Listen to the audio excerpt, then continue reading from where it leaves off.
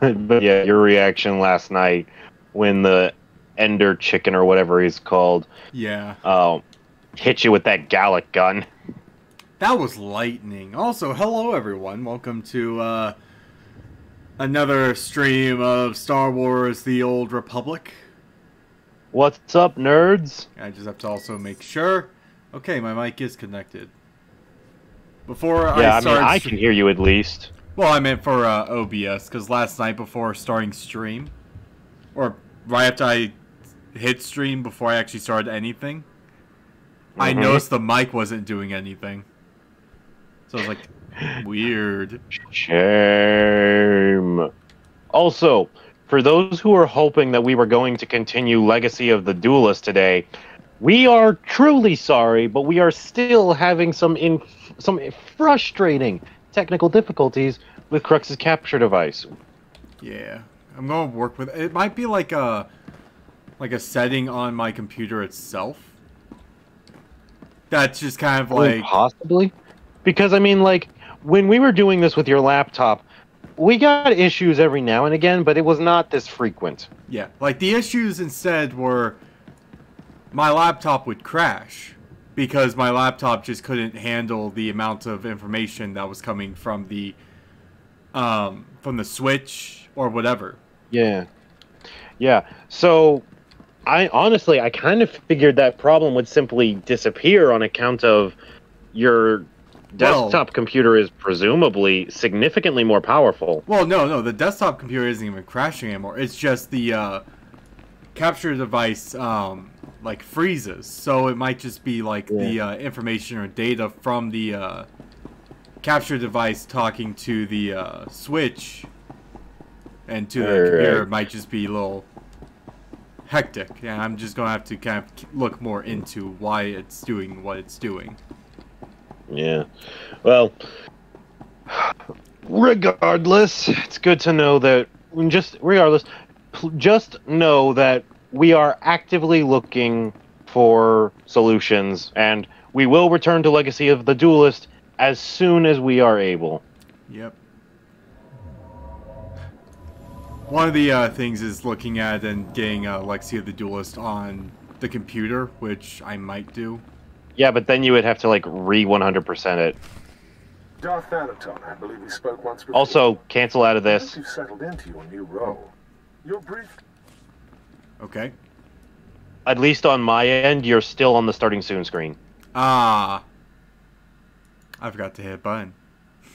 You are welcome. Yeah. This is why he has kept me around. Yeah, this is also called, like, I only have, like, one screen I'm doing everything off of. Which is why I made sure to have a secondary computer tune into this very stream so that I could make sure he doesn't miss these things. Yep. All right, now you can speak with Thanaton.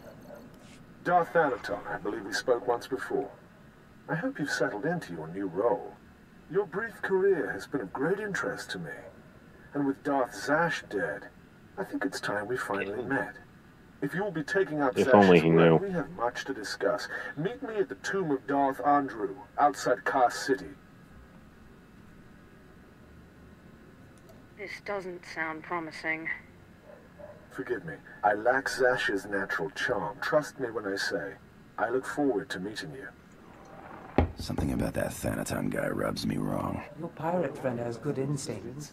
Thanaton had me confined to Drummond Castle when we killed Scotia, and he'd have done worse if he'd had proof. He's not to be trifled with. Be careful. So, we're going to kill him. Gotcha. So, aside from we're gonna kill him, what's your opinion of Thanaton? He thinks he's better than me, therefore he should die. The dark side swells within you. Hey, I could get speeder piloting to rank 2. Yep, I got that just before we entered that area. I sense you will go I had far. forgotten.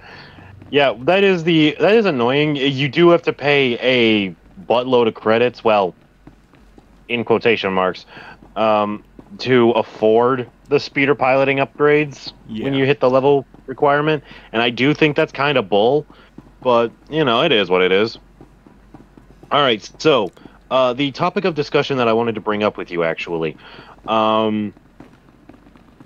Earlier this week, like on Monday, I want to say, I finally beat The Legend of Zelda Skyward Sword on the Switch version. Dude, I still need to do that. Yeah, I don't blame you. I tuned off the game for a bit too after a while, and I just kind of figured I'd go over the notes that I have about the game with you here. Where the hell am I going on this speeder bike? We are going to... Damn it. One down. We're going diagonal one. Okay, the city expansion. Got it. I think so. Anyways, so, like, I'm going to go ahead and start with the primary problem that I have with the game.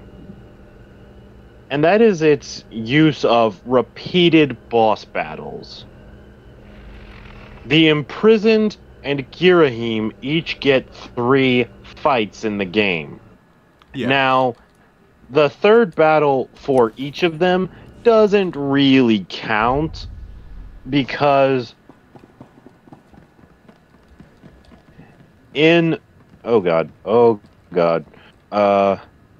because in the case of the Imprisoned, that the third boss fight against it is basically an interactable cutscene.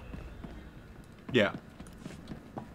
And the third boss battle against Girahim is different enough that you can kind of forgive that it's his third fight, because the strategies are radically different from the last 2 battles that were identical to one another. Yeah. So, and also Girahim's third boss fight is forgiven even more, just because, dude, I fucking love the entire sequence. Like, there probably is no such thing as it at this point, but do you mind if I spoil the game for a second? Sure. Okay. Those of you who have yet to play Legend of Zelda Skyward Sword and don't know how it ends, you can consider this your spoiler warning. Tune out for like 5 minutes, come back. Alright, so this takes place after you have crushed the Imprisoned with the Isle of the Goddess from Skyloft. Yeah. And you go to wake up Zelda from her seal. You're walking back with her, and you're into the present.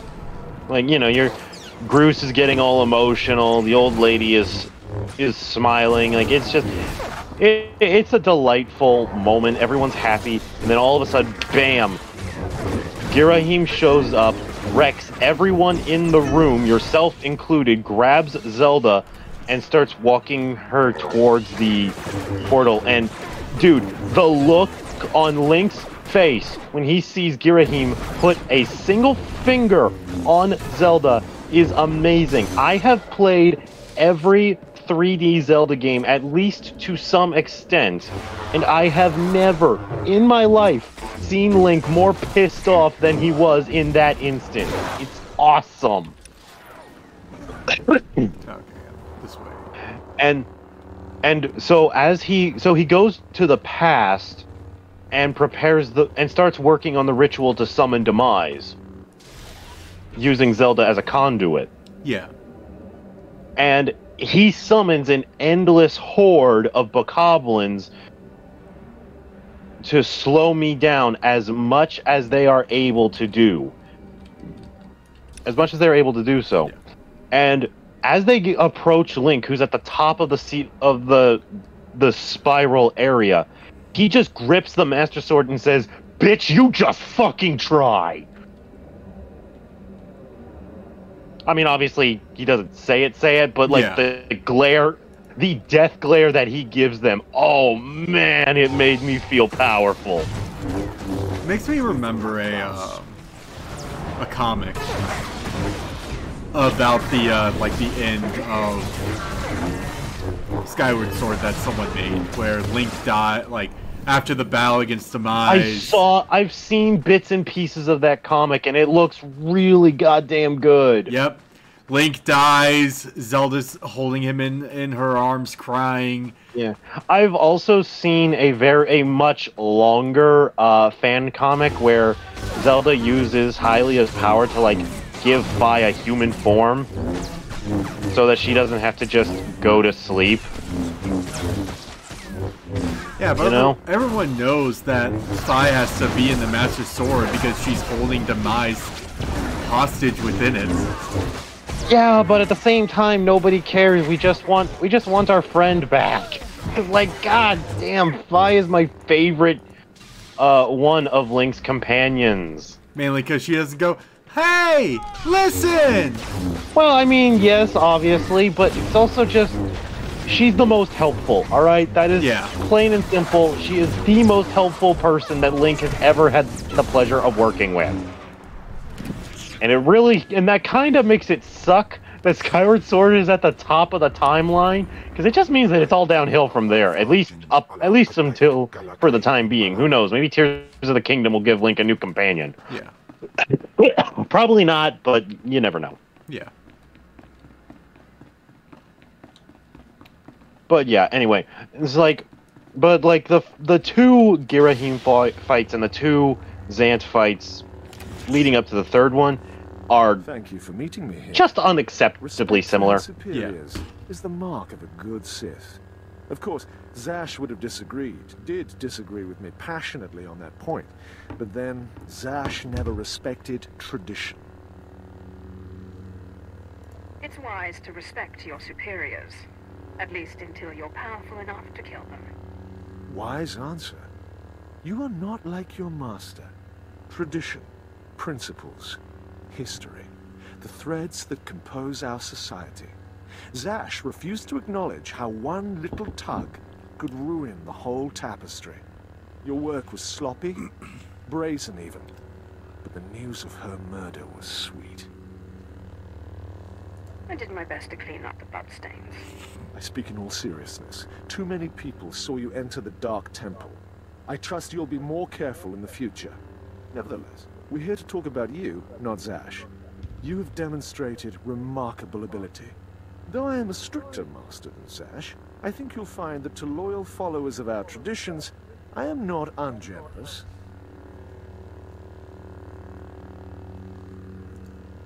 So, if I agree to your every whim, you might not kill me. Suspicion can be a form of wisdom, as long as it doesn't lead to disrespect. Now, I wish to see how you work. Was that not supposed to be disrespect? To Darth Andrew, Sith scholar and alchemist. I'm interested in his last writings, which were buried with him. Recover them for me, and we will discuss your place in my power structure. So, doing some thinking, I think I know where I belong within his power structure. Above him with your heel on his throat? Yes. But make it more sensual.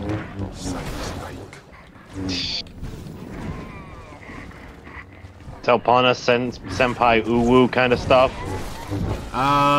More like Telpana Master Step on Me. Jesus Christ, man. So yeah, and like also another thing that I'm doing is like I'm casually playing through the Zelda games, just kind of in timeline order. Yeah. Because something that has been a point of fascination to me for the longest goddamn time is just the existence of Demise's curse and what Breath of the Wild might actually mean to it. But the problem there is I don't know damn near enough about the things that happen in the timeline to make any proper statements, which is why I'm playing the games in this way. So like I'm going to start playing Minish Cap, which is the next game in the timeline. Yeah. In the relatively near future, I believe. Yeah. I think if I remember correctly, the venom-toothed vipers always slithering up the walls, along the floors. Alright, this is where you meet an important mechanic that your character starts doing. You'll not have it. It's mine. It's the last place in the galaxy that's mine. Darth Andrew, I presume. Don't I'm surprised. mock me, my apprentice. You know me. You killed me. The poison's still fresh in my body. You defile my tomb. You and your brother both. The venom may have burned away my sight, but I know you. Don't make my mistake. Strangle your children at birth. Jesus. I'm not here to chat. You will die before I hand over my writings.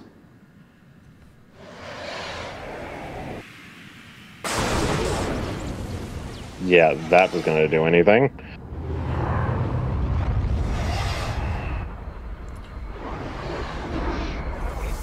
Enough.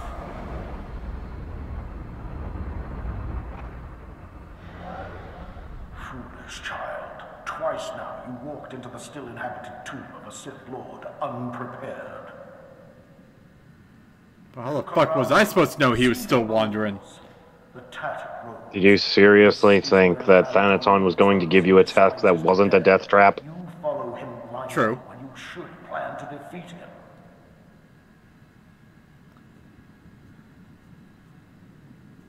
I could have defeated that ghost easily until you got in the way. Clearly. You can't attack a ghost with your lightning or your weapons. Only powerful rituals can defeat the dead.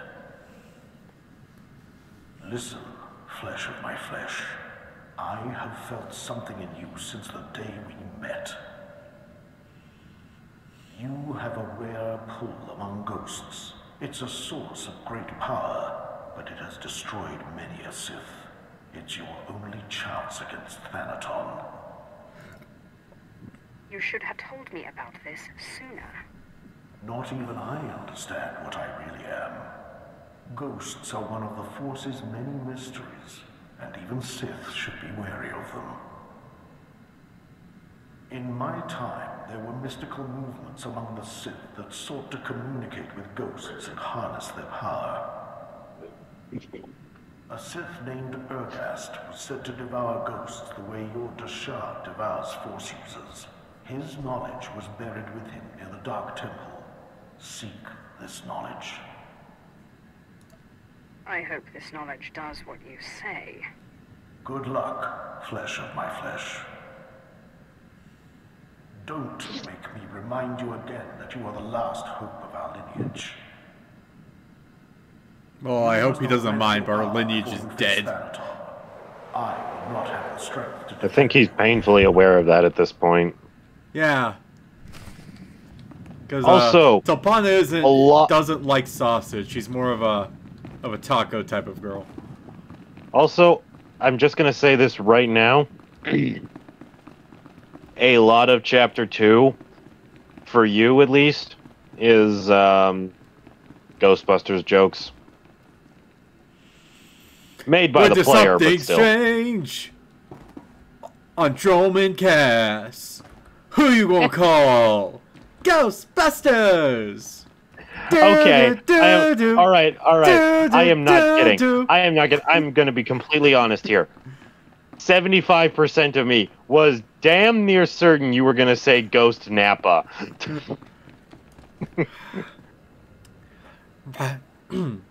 Vegeta! I'm a ghost now. I'm haunting you. Okay, let's see. Where are the? You want to just quick travel to past all of this crap and get to the Outpost Warden? We're going to Outpost Warden. Yeah, you were actually just looking at it. It's the QT point that's the farthest to the right, to the left of your map. There we go. It puts us right on the Dark Temple's doorstep. Sorta. More or less. Kinda. Not really. Whatever. Still close enough to count. Yep. So yeah, it's by tracking Demise's curse in the Zelda games, I've learned already that what's left of Demise's spirit is sealed within the Master Sword being purged. Yeah.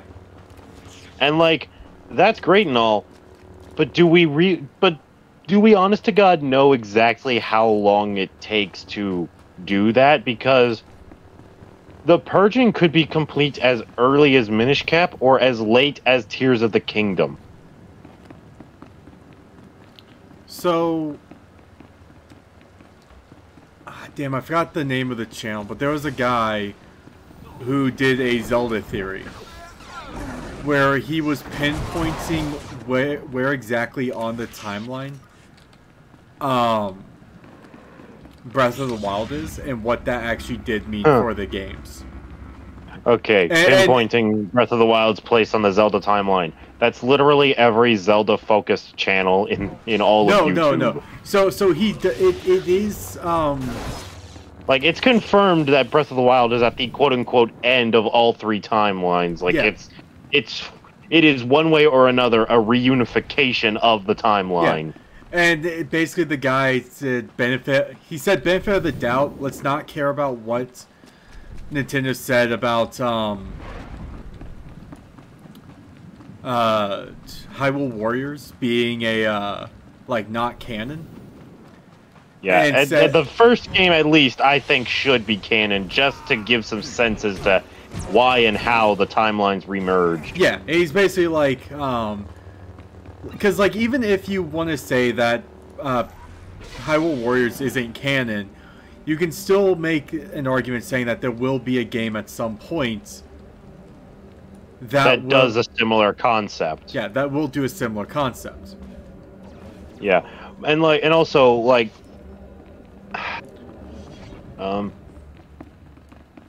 I actually recently just kind of came to mind a really interesting theory regarding the Ganondorf mummy that we've seen in the early trailers, as well as Dark Calamity Ganon that we see in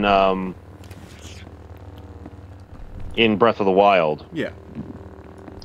So my theory is, and I don't know how credible this theory is, so please don't take it to heart unless you're a Zelda theorist and can actually make better sense of it than me. Then by all means steal this idea. I don't care. I mean, you could always you could have one of your first videos be a Zelda theory also. I'm already working on a script for my first YouTube video, and I am definitely not making a Zelda theory as deep as explaining Ganon. Be that. Yeah. All right. Give me a. Well, actually, you know what? Hang on. I'll wait until you get into a cutscene, and then I will. Going the wrong way. We did go the wrong way. Yeah. How dare you?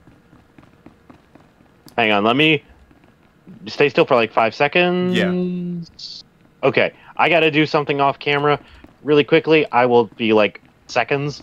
Yeah. Alright. Okay, so while Koga's going, I'm going to give a kind of go through the Zelda theory that I was watching. And this was a year or two ago. And its entire thing was ignore me, keep going. Okay, so as soon as I walk through the thing, you stop following. Yeah, no, I do that. Hang on. Yeah. So, I'm going to go and, oh. Are you already ready? Yeah. Yeah, I'm as ready as I need to be. Okay, then I'll wait for you inside the I'm already inside your area, so I'll follow you along.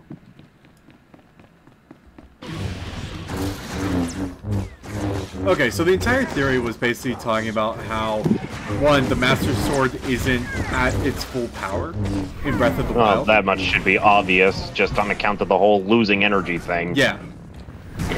And I have a feeling that's going to be a big plot point in Tears of the Kingdom, getting the Master Sword back to full strength. Yeah. It's also about how, where Calamity Yeah, Calamity Ganon was residual of Demise, like manifesting itself into Hyrule again.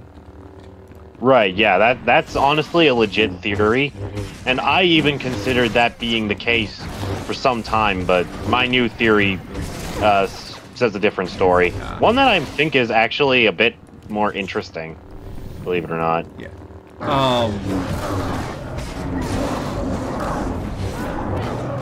And Tears of... whatever they said the name was going to be. Tears of the Kingdom. Tears of the Kingdom. My brain was saying Tears of Contrition, and that's a gun in Destiny 2. I mean, you can call it that if you want. Legally, nobody has the power to stop you. Yeah. Anyways, and it's basically like Tears of the Kingdom is going to basically be where the final showdown against Demise will happen. That would be cool. It just becomes a matter of... Yeah. My acting theory of Zelda is... or at least Ganon and Ganondorf, is that up until Ocarina of Time, they have always, in every instance, been the same entity. However, because of the triple timeline split, I believe that is no longer the case, with the only major exception being Twilight Princess. I am the servant of Urgust, Lord of the Sith, keeper of his knowledge. I'll shut up until he stops. Who stands before me, and what do you wish to learn? Teach me the ritual that allows me to devour the dead. There is no such ritual. The dead cannot be consumed. But ghosts may be bound and their strength borrowed for a time. You must pull the tether that connects life and death. You must learn to bind both sides of the Force, life and death, in what is known as the Force Walk. Sounds easy. Where do I start? Easy, it is not. Fuck you, I'm the main character, it is easy. Not everyone is able to master the ritual of force walking. So in the MMO, we're all the main character. But if you are willing, drink from the cup before me. It is poison, but it will not kill you.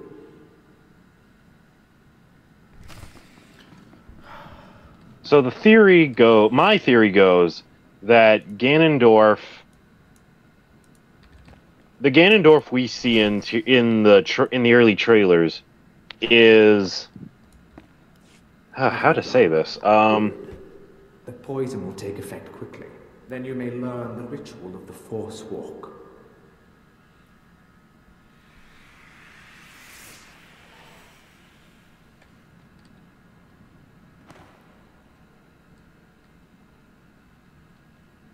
I need some more poison. Tasted good. It tastes like raspberry vodka. I half expected you to say Kool-Aid. The ritual has two parts. First is the pacification. An angry ghost cannot be tethered. The second part is the binding. A willing ghost is easier to bind, but by leaving the ghost its will, you draw less of his power. A pact may be formed to bind the ghost willingly, sealed with blood, or the ritual of binding may be performed.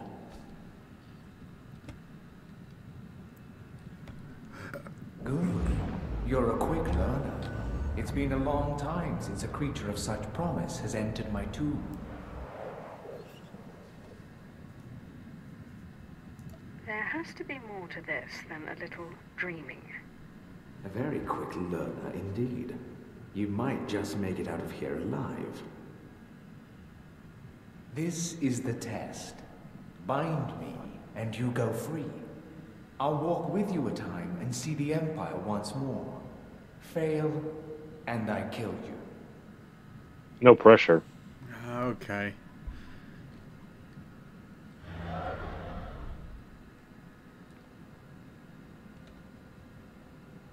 And don't bother trying to make a deal with me. I'll not go willingly.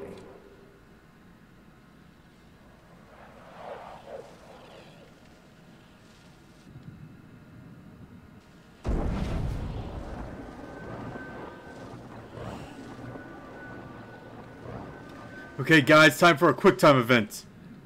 A, X, X, A, X, B, Y. Left bumper, right bumper, trigger. Did we win? You have passed. Well, you're not test. dead. I am now your slave, and my power is yours. I am bound to your life, and you to my death. Use my strength to shield yourself against your foes. So, basically, when the timelines remerged, the two Ganondorf deaths and the multiple times over Ganon death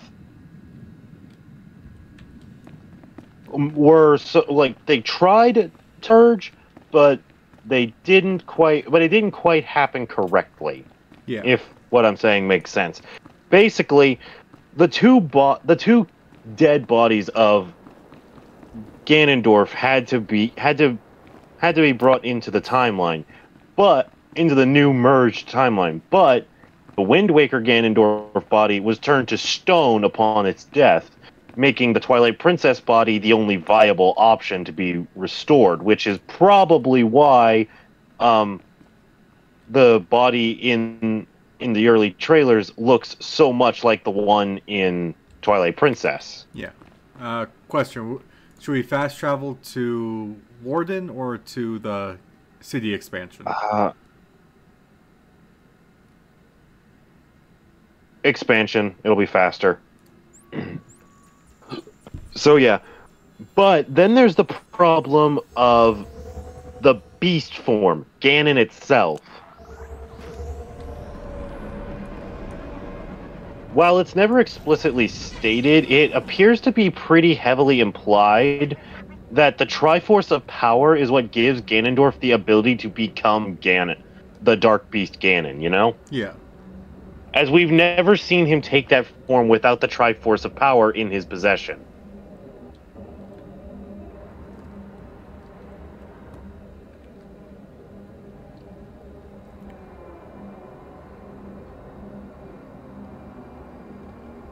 So, and the reason that this is a big problem, at least for Ganondorf, is because of the fact that in the Fallen Hero timeline, Ganon is killed, revived, and brought back in botched revival rituals, and subsequently killed multiple times over. To the point where, in most instances that we fight him, he's not the crafty sorcerer that we know. He's a mindless killer who can only think of bloodshed and slaughter. Which, if you ask me, sounds like a pretty close parallel to Calamity Ganon in Breath of the Wild. He doesn't care about conquering anything. He just wants to destroy.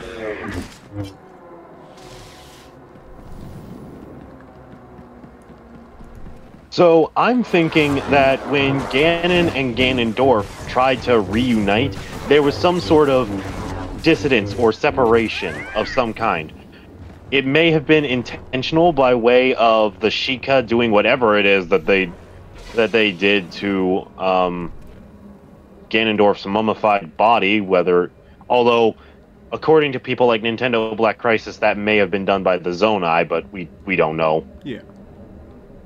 For more information on that, everybody go over to Nintendo Black Crisis's channel and look up some of his videos.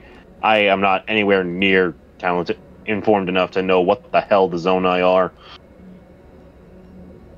But anyway, so I think that this merger is this merger took what was left of the Dark Beast Ganon from... You went the wrong way.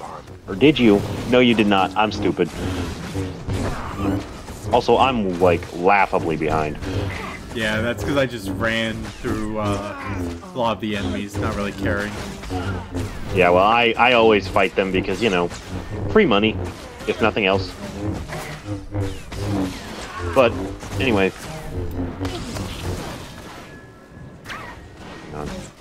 But yeah, anyway,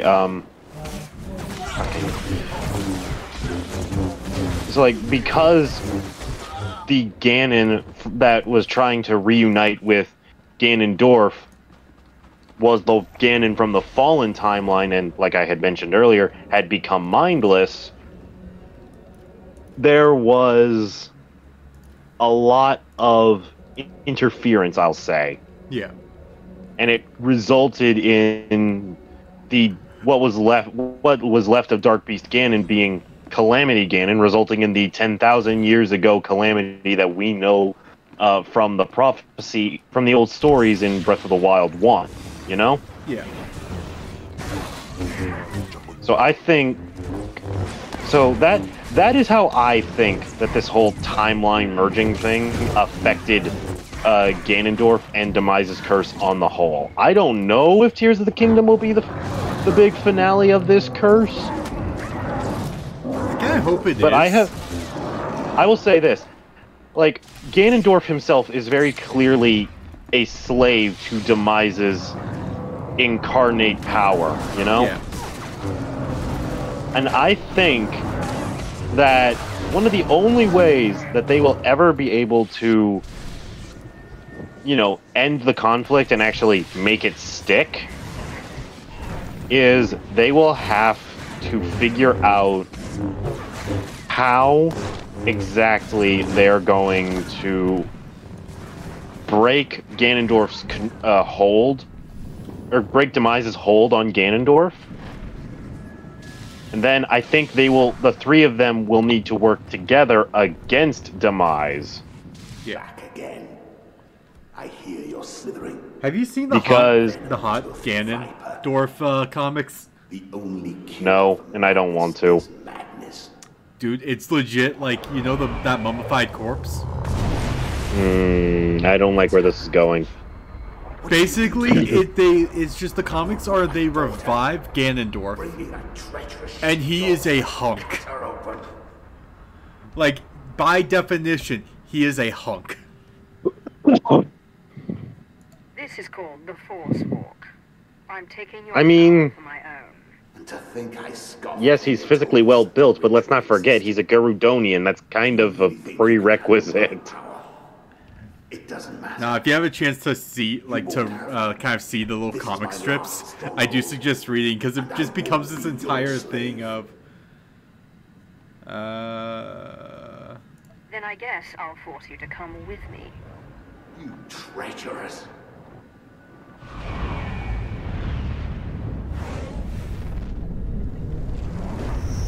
So yeah, this is now what you're going to be doing for all of Chapter 2.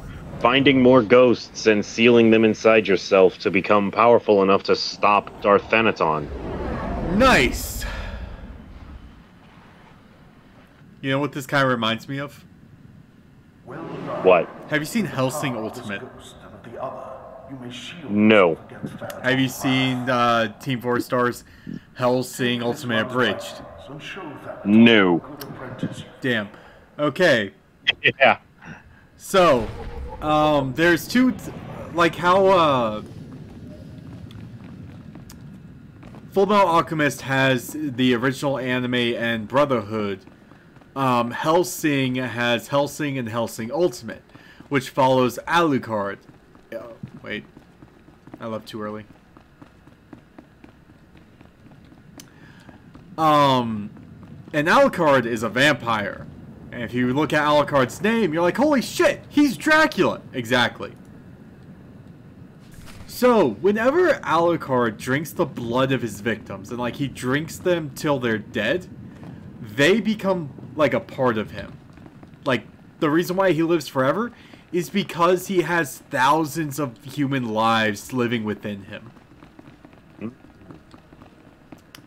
And that kind of reminds me of this, because in the, in Brotherhood, it got to a point where Alucard kind of vanished out of existence for a bit. Aha.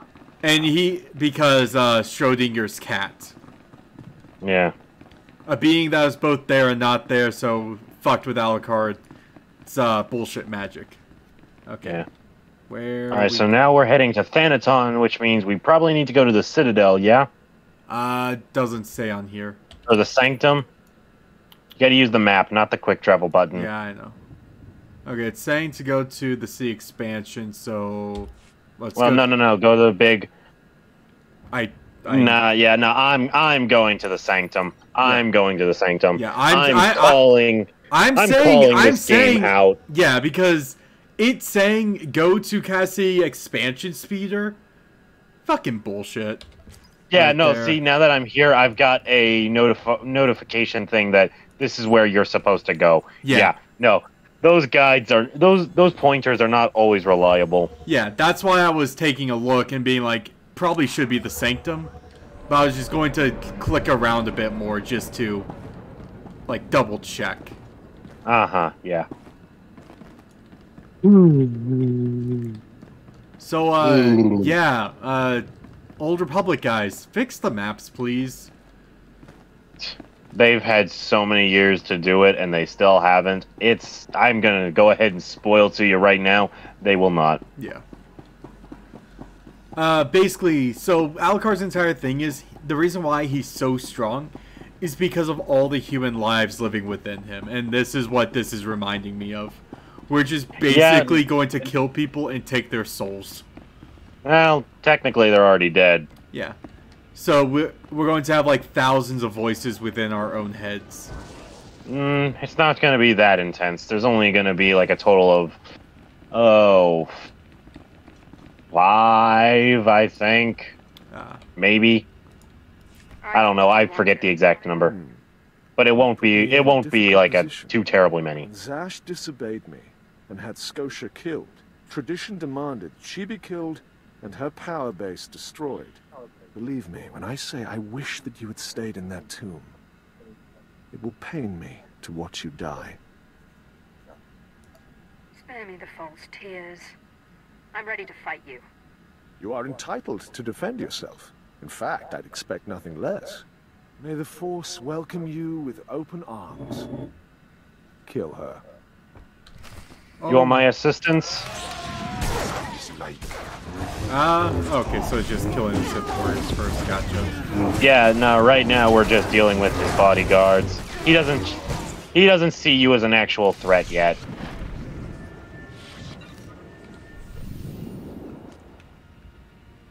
You are but a peon to him. Yep, one sec. A good gameplay is a less use of cursor aiming, especially in battle, since players will use hold right click for camera turn almost constantly. This will make the cursor disappear. Tab can be used to lock on switch target. Alternatively, locking. What are you on about? I'm reading chat. Oh, okay. Locking whoever nearest to center of screen. By the time it's pressed, pressing it multiple times will switch to nearby target in a clockwise direction. Queeky, I will take that advice. Thank you. You truly are relentless. I can see now why Zash chose you. But this has carried on long enough. Ah, you've come prepared. By now, I should have expected it of you. Unfortunately for you, I am older and wiser and studied in rituals you can't even imagine.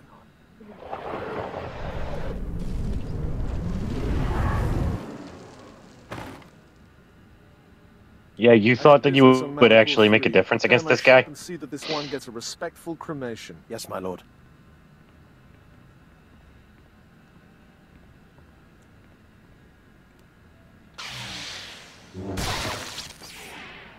Nope. Thank God for my underlings.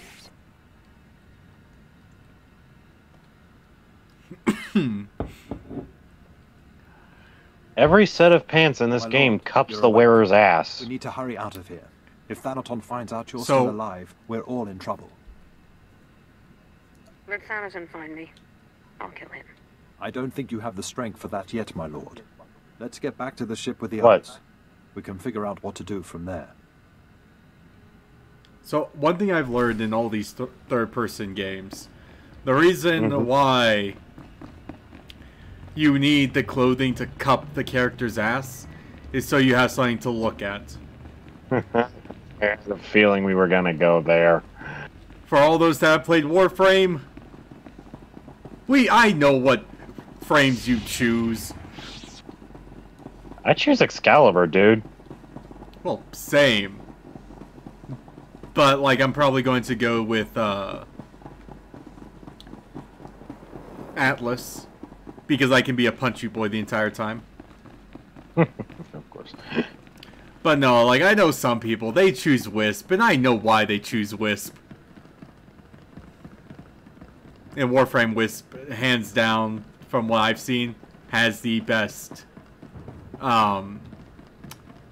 roundness, or circumference of the behind. Alright, so I'm gonna go ahead. At this point, we just split up and go to our respective ships. Yep. So let me know when you have finished your conversation on your ship, and we'll figure out where we're going after that.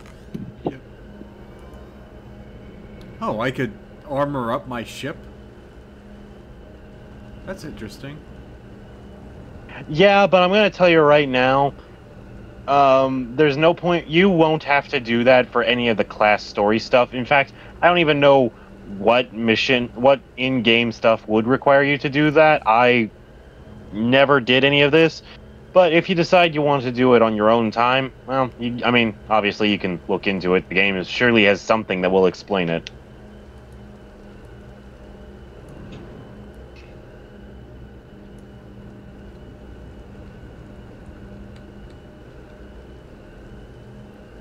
I just have no effing idea what the hell it might be.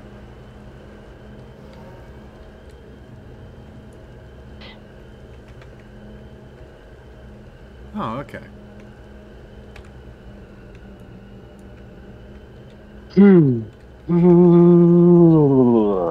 Excuse me. I've had a long day.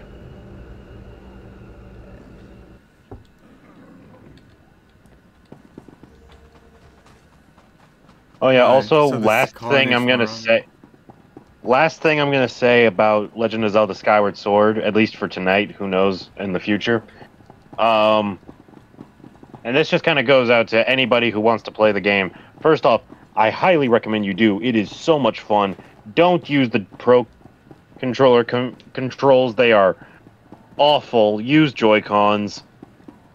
And also, I'm going to go ahead and give you this assurance.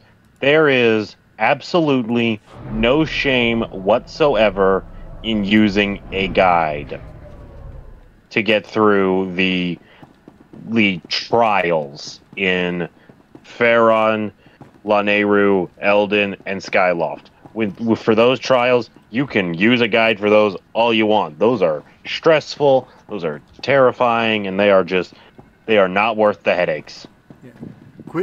Quickie, I will say this is actually my first time playing, like, Old Republic. Yeah, no, so Crux is a newbie to this game. I'm an old pro. Yeah.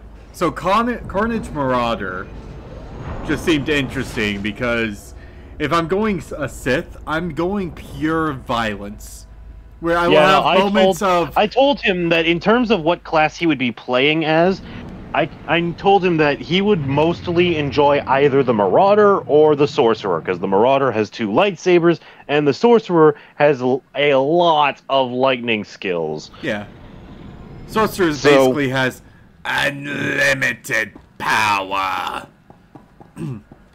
So yeah, I told him those are the 2 that he would have the most fun with, and he chose Marauder. I personally think he would have had more fun with the lightning, but it is what it is. Listen, if I did the lightning, my throat would be gone because I would be talking like Palpatine the entire fucking time.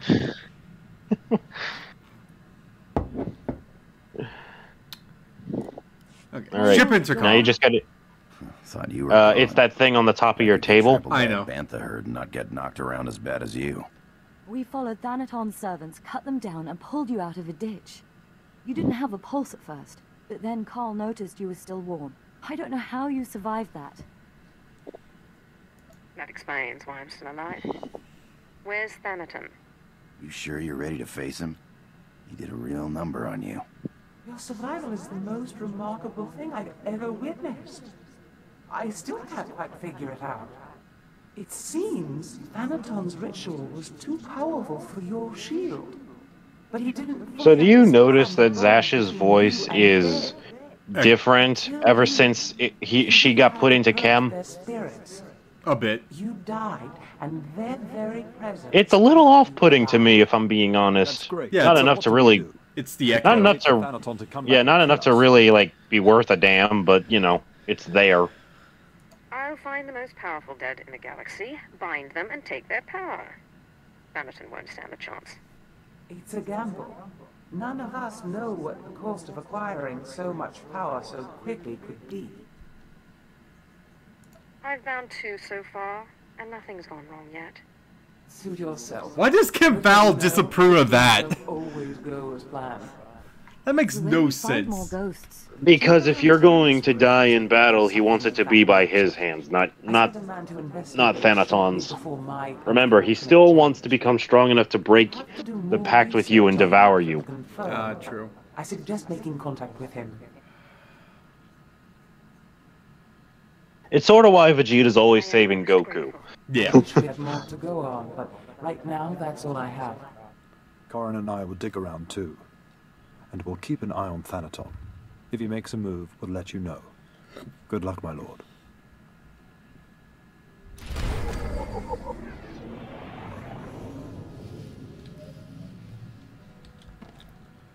Dark side points are plus 50. My influence with Val has gone up to level 15. The only worthy... Okay, so I'm traveling to Taurus. Alright, give me a moment. Alright, so at this point we have a choice. On which planet do we want to go to first? I will say this. My character will likely not be spending much time on Nar Shaddaa. I said let's do your stuff on Nar Shaddaa, then we'll go to yeah, because more likely than anything else, I'm gonna go to Nar Shaddaa, talk to somebody, receive orders, and I'm likely gonna be told to go to Taris. Most likely. All right, I will meet you there then.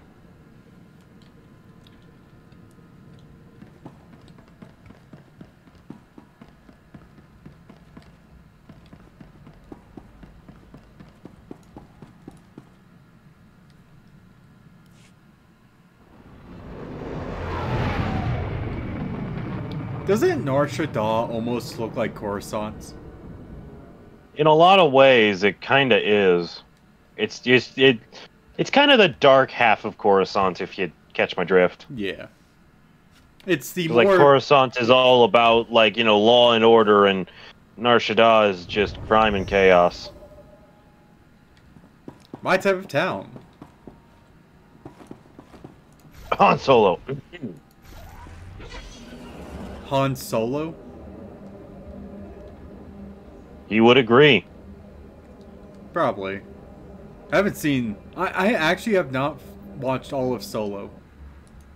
Hell, if he had been told that Nar Shaddaa had as many, if not more, opportunities for big scores as Tatooine did, he probably never would have started working for Jabba. He probably would have just come straight to Tatooine. Yep. Or straight to Nar Shaddaa, I mean, bleh. And then God knows where the story would be at that point. There would have been no ship for, Well, I mean, Luke and Ben would have found something. Whether or not it would have been enough is a different matter. True.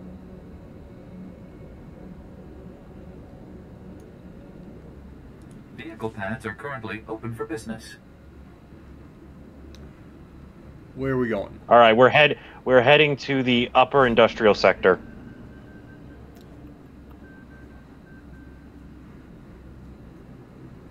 It was that lower one. That lower one. Yeah.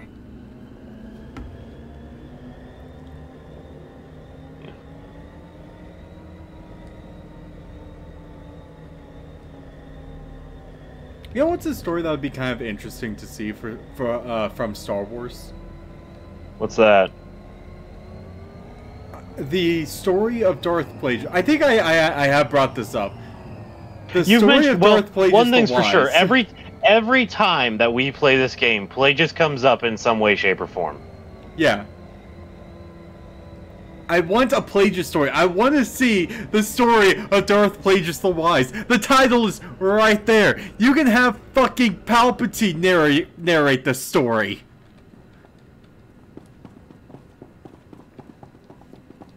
And at the end of it, we can just be like him on the second Death Star. And that, my apprentice, is how I killed my master. Exactly! That's all they have to do! He's just talking to Vader. They're just having a fucking chat.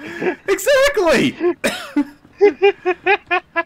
Make it a fucking Christmas episode for all I care, because that's when you tell stories. You tell stories on Christmas. Episode. 'Tis the season, Lord Vader. God damn it. Vader, have I ever told you the story of Darth Plagueis the Wise? Yes, you have, my Yes, Master. Back in Coruscant at the Water Opera, do you recall? When I was a young boy on Naboo. I was about to say, I think he actually is Nubian, but Yeah, I don't know how accurate that is. No, he is Nubian. His parents were politicians. Senators? Yeah, they were also senators and politicians. And it was Darth Plagueis that killed them. So Palpatine of course would be willing to join the dark side. You think that's the real reason that he killed Plagueis, or at the very least one of the reasons? It was one of the reasons. It was basically like, you drove me here, you introduced me to the powers and shit. My name is Darth Sidious. You killed my father. Prepare to die. Dude, Princess Bride has a special place in my heart. Okay, I have to talk about this. I have avoided the Princess Bride for the longest time in my life because I just figured, okay, whatever. It's just a generic ass princess movie. Who gives a crap? But that's what makes it awesome. But my girlfriend, One Piece, she finally got me to sit down and watch the movie. And holy crap, it's one of the funniest films I've ever seen. Tell One Piece I say thank you. And tell her that we would probably be great friends because, like... Oh yeah, no, the two of you would get along really well. We need to set up like a four-way conversation. You, me, Frowsy, and One Piece. It'll be a grand old time. Yeah, if I ever go visit Frowsy, we could take a road trip and go visit you guys. I mean, yes, obviously we could do that. Although we are on the other side of the country as you are. Yeah, but like I said, but like, even just Discord FaceTiming, you know. Hey, look, people to kill. What are you talking about, people? All I see are moving corpses. That's true. That's very true. You're still blind to many things, my apprentice. I still think like we should like. General Gon. All right, hang on. I'm happy to report that Jedi Knight Zarander has landed safely on Hoth. I saw to it personally. You're a valuable asset to the Republic, Faust. Someday the rest of the Chiss will follow your lead.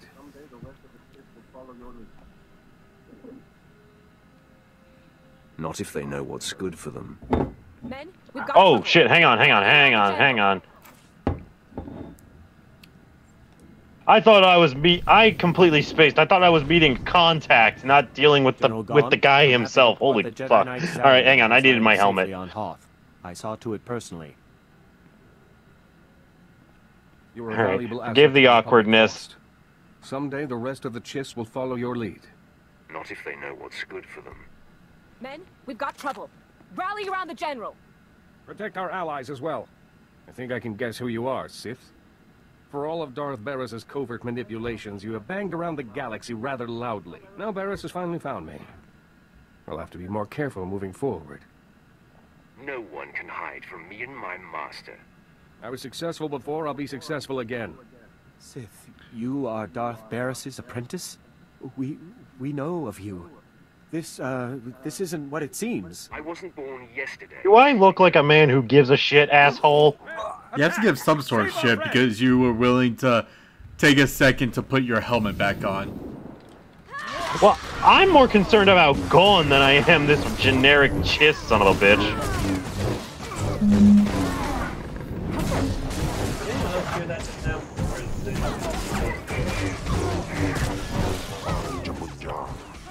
One second. Hang on. Why does the game always sound... Why the... Oh, that's why. Okay. Apply. Okay. Had turned down the sound effects volumes because those get loud as hell for no reason.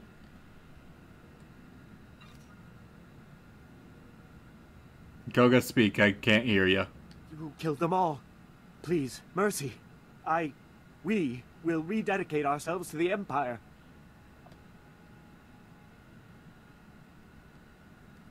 You all have to die for your treason.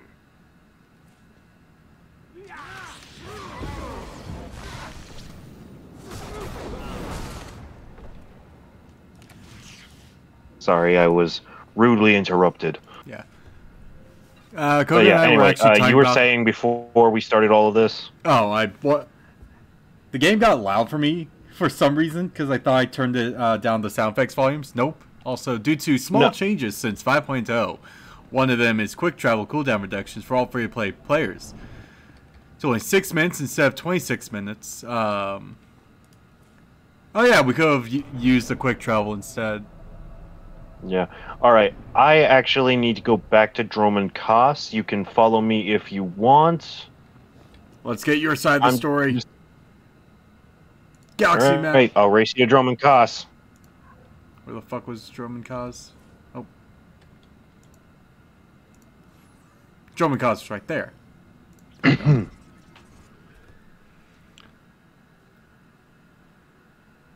So yeah, no, but I meant like before the cutscene. Like one of these days we'll have. Oh yeah, one of these days, we need to all get like either tabletop simulator, or we need to get like everyone get VR chat because like you don't need a VR headset to play VR chat. And we just like have a group of us play, and some people might get triggered by the name, but this guy was a historical figure, even though he was a shit person. The game is actually kind of fun to play. It's called Secret Hitler. And we you have explained this game to me many a time. And we need to play Secret Palpatine. Get a group of friends, and everyone has to like learn like how to sound like Sidious. Sidious or whoever. And they all just like we all act like the characters that we choose. So if you want to be like if you choose to play as Obi-Wan, you have to act as Obi-Wan the entire time. Same with Anakin. We're in different instances. God dang it, I'll go to your instance. Alright, I am in 3. Hang on. Yeah, I'm in 3. I hate it when it does that. Yeah. Like, if we're in a group, there's no point in separating us. Yeah. But anyways, yeah. Fucking... But yeah, like, One Piece got me to finally watch Princess Diaries, and I friggin' loved it. It was amazing. Alright, what? Okay, we're going to the Citadel. Gotcha. Yeah, the Sanctum. Yep. Yeah, no, I think it would be... like, we just gotta all do it, because I will probably be... do Sidious the entire time. Or...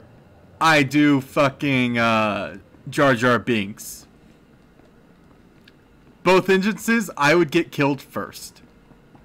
I want you to do Jar Jar as many times as you think you'd be able to get away with. Okay, I'm going to, like, got to watch season 2 of the Clone Wars. No, I mean like to get more Jar Jar. Well, okay. I actually want to point out something just really quickly. It doesn't have to turn into a discussion, but I just want to say this. Yep. Jar Jar Binks has the most inconsistent voice actor situation out of anyone and everyone in all of Clone Wars. Fuck yeah! And it's annoying. That makes it more fun. It adds to the fact that his character is annoying. They will see war is the only answer. You have delivered to me what I most crave. Give credit where credit is due. Who dares interrupt? Barris, who is this? Someone who doesn't give a shit about either of you. And the killer of Gon. Your destruction of General Gon earns you my favor, young one. Today. I will eclipse the feat tomorrow, my lord. I'm impressed with your choice of apprentice, Barris. It is time. I will send my destroyer to the fringe systems, and they will be mine before anyone is the wiser. The order is given, Barris. Enact Plan Zero. Benjamin out. Excellent. I have waited a long time for this order. Apprentice Plan Zero is the systematic elimination of the Republic's top military leaders. A preemptive strike that will leave the enemy headless. Who are these walking corpses? They are the Empire's most accomplished adversaries, and not to be taken lightly. I have been tracking of the targets for years in anticipation of Plan Zero. There's no time to waste. Make ready your ship. I will contact you there. Alright, now just get to your ship and go ahead and head to Terrace and do the holo terminal conversation there or whatever it is. Gotcha. And I will join you shortly. I'm going to do the fast travel here, then just walk right back into my ship. Alright, my fast travel hasn't cooled down yet, so... long way for me. But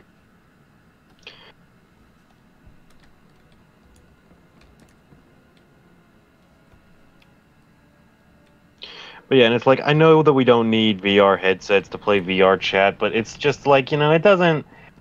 It just doesn't feel right. You know what I mean? That's why I said, like, or tabletop simulator. Yeah. But the thing with the doing the VR chat one is we can actually see the, oh. Yeah, we can see a representation of it, of one another. Oh, I don't even need to do the holo terminal. Weird. Are you already at Terrace? Yeah. Like, I fast traveled to Terrace. Well, hang on. That might be a glitch in the quest programming. Maybe. Well, Get on the Terrace and see if it changes. Yeah. Fast traveled to Terrace, then I got back onto my ship. Nope.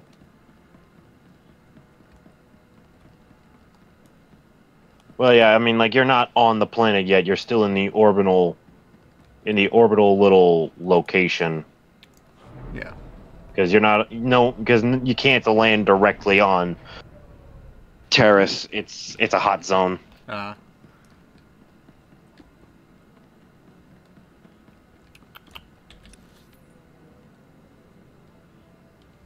It's a dead world that the Republican Empire won't stop bickering over.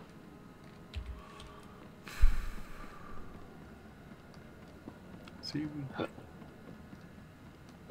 Okay, there we go.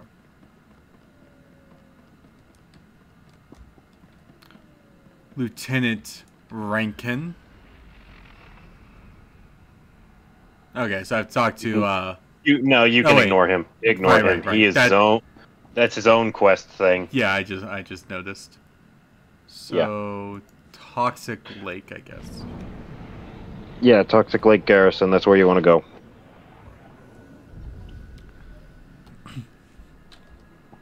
Oh.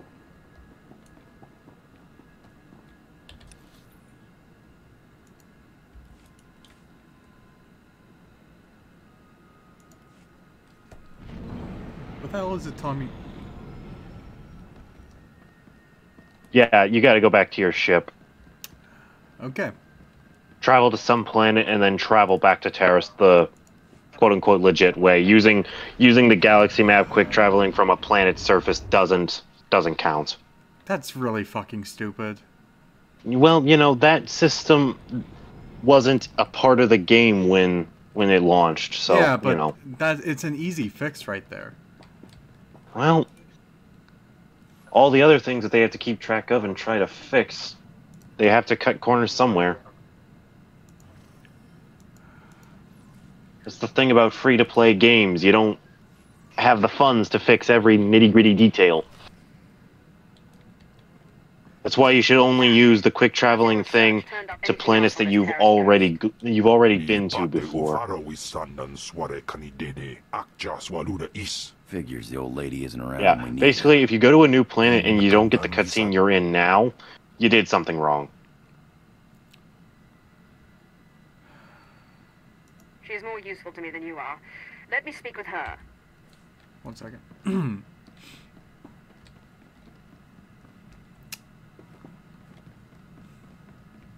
Sometimes I'm okay with the with Zash's, or not with Ken Val's disapproval, but not that one. Turned up anything else on this Terrace ghost?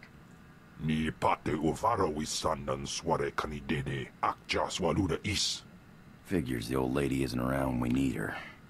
We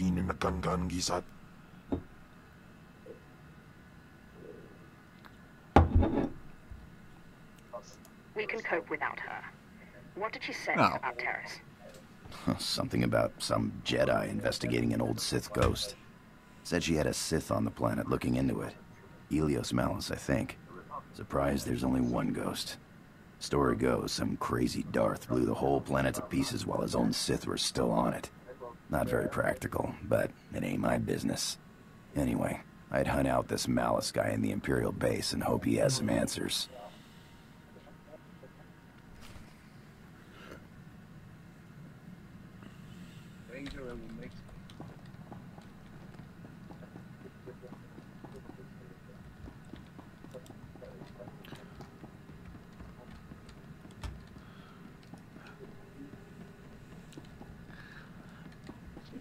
Misa think the Republic is gonna die. Misa laid down life for Empire. Misa Darth Jar Jar. This is the kind of Jar Jar you're gonna act as when we play this game of yours, isn't it? Yes, I'm going to be Darth Jar Jar. Anyone that has a problem with that can just honestly say you have a problem with it, but I won't care because Darth Jar Jar is the only way I can actually accept Jar Jar Binks as a character. Anyone who has a problem with Darth Jar Jar is gonna be in bad trouble. Yeah, so I'd probably have to like just kind of listen to how Jar Jar goes and just start practicing with him a bit more.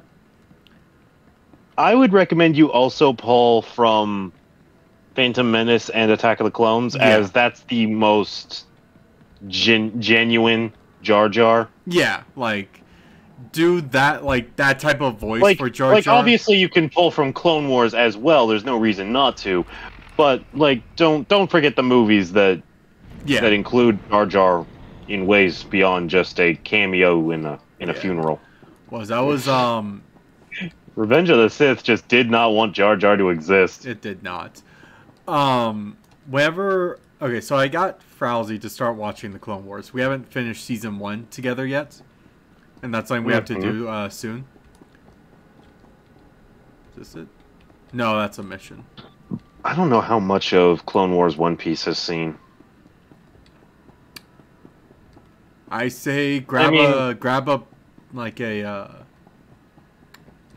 get some bowls of popcorn and just have a movie night or a TV night.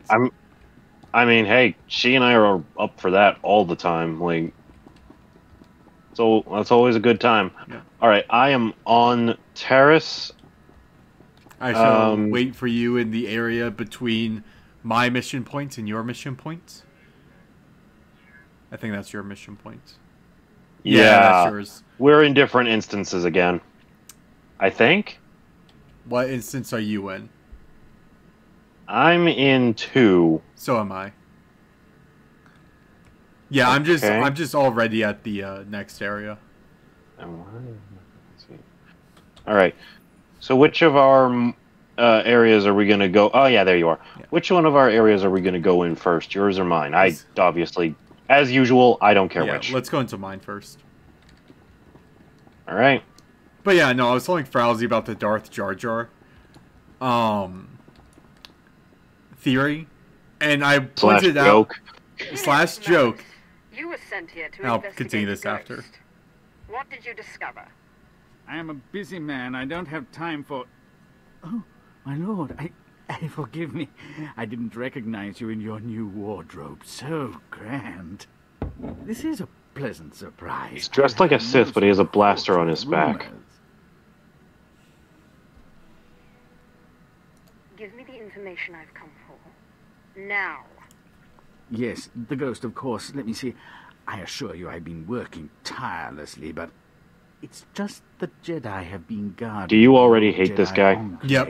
Very tightly. That's, Me too. That's where the ghost first appeared, you see. Let's hope the Guardians of the Light prove open to negotiation. Dealing You are with lying. simple compared to seeing the ghost. The ghost appears only sporadically. Not even the Jedi who guard the Enclave can make it appear. They've resorted to using a young Padawan to try and draw the ghost out through... This is where you're going to get a new companion. Me, but I'm a Sorry, wait, male or female companion? Female.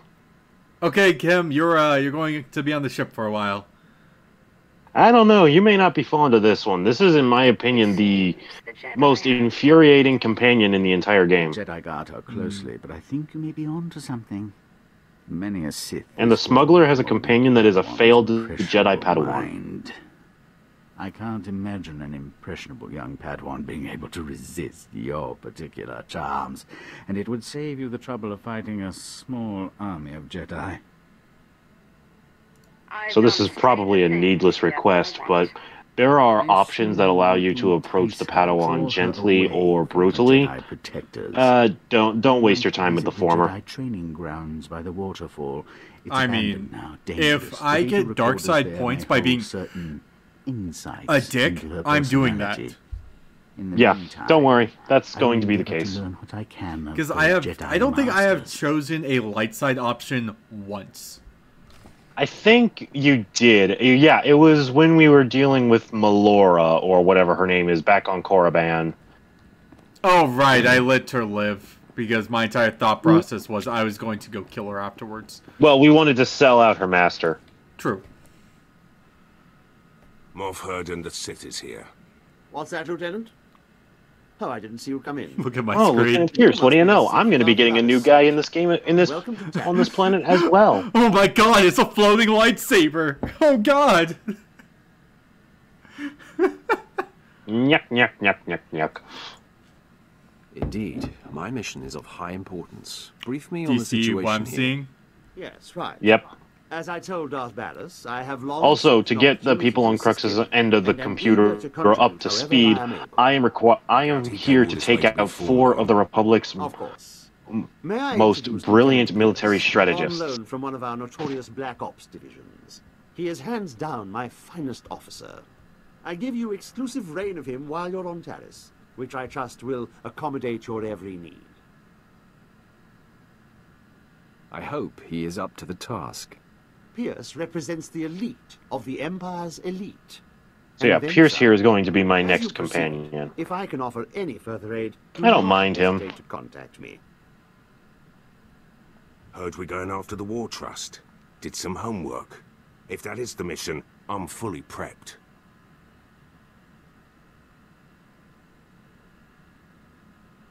All 4 of the War Trust generals are here on Taris, which means something big.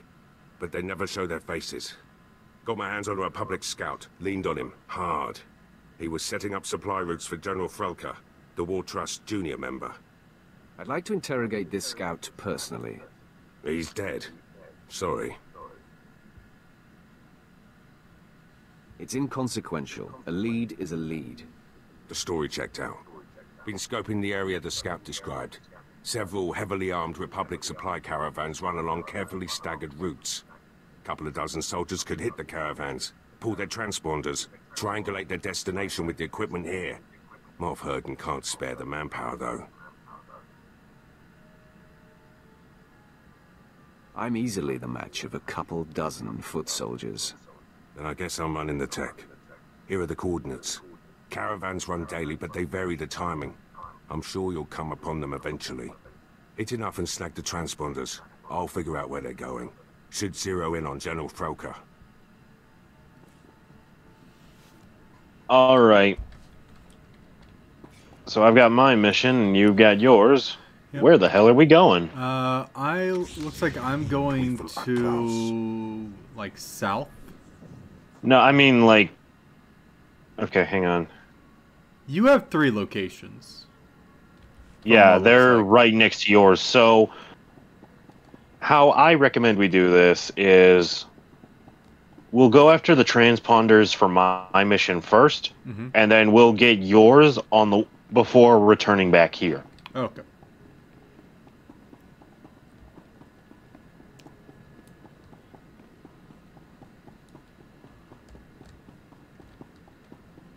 Where is I wouldn't bother with a taxi. They're pretty close.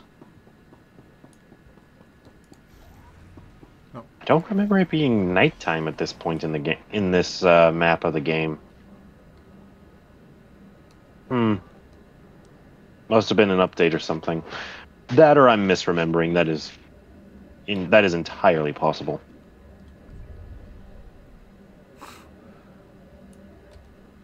Okay, so that is a common glitch. I would think so because of how many times it's happened. Yeah, no. The invisible player thing. That is so common. It's barely even worth bringing up.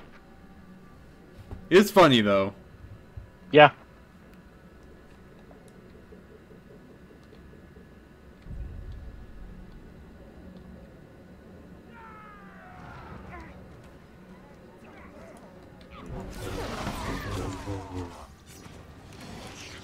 Teufel atraus. Oh yeah, I brought some friends. Oh dear.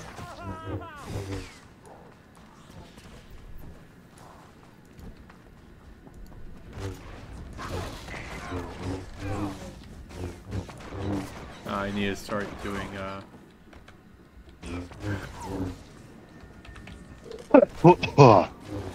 Excuse me. I get used to using the oh.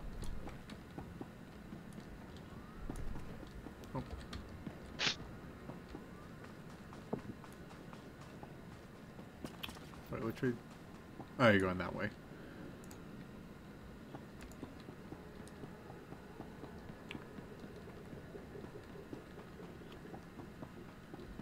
Jump.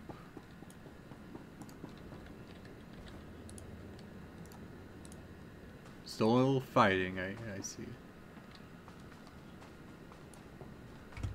I left the larger quantity of troops for you in case you decided to... In case you decided to do something while I deal with the transponder. Yeah.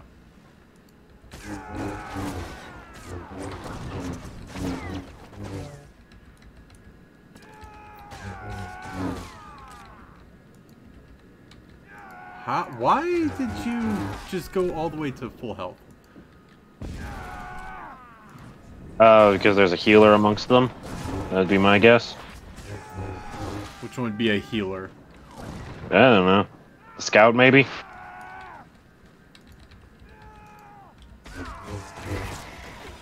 No.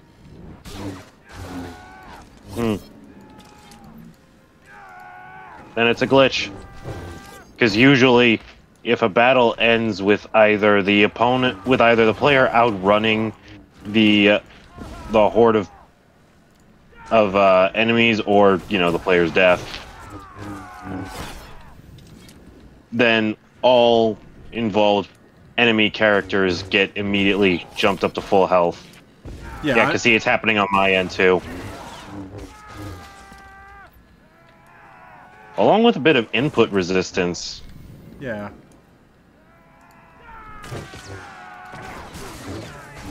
Yeah, because I'm just like getting them like halfway down. Yeah, you're like twitching and then you're like twitching but not attacking kind of thing. Yeah, yeah, that's an I don't know why the game does that but I mean, you know, it resolves itself quickly enough to where not a big problem. Yeah, I'm gonna just head on over to the. Yeah, you may as well go ahead to your thing. I gotta take this call and then I'll catch up to you. Jump.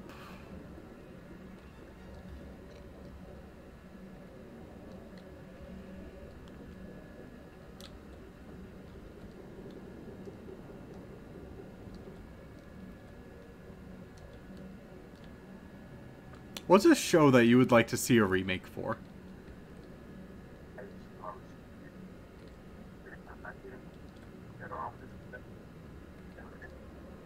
That's a question.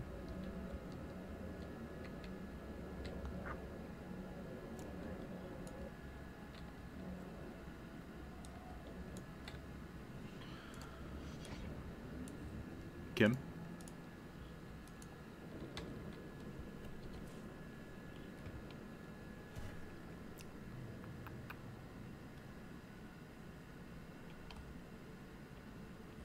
Everything all right? Yeah, I'm just looking at the at my skills. I'm going to see what active skills I should put on.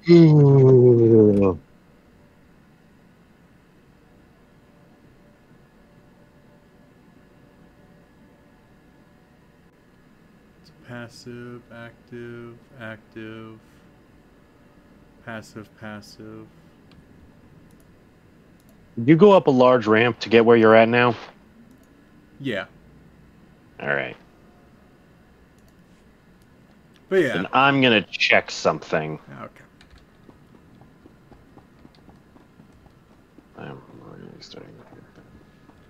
I'm coming down to kill this thing also! Hey! It was dead before you got here. Damn it. But hey, I get loot still. Yeah, well, yeah, of course you still get loot. We're on the same party. Uh-oh.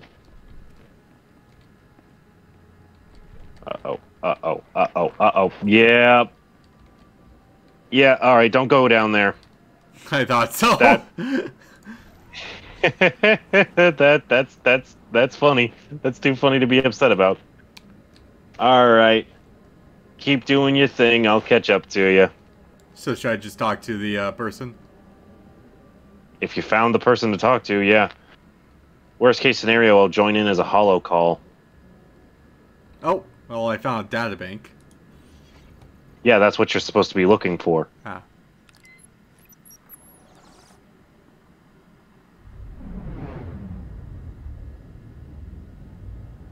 So yeah, these are basically demi-holocrons. I can't do it. You know what? You want to move a rock? Think of them like camcorders. Calm down, Ashara. Basically what they are. There is no emotion.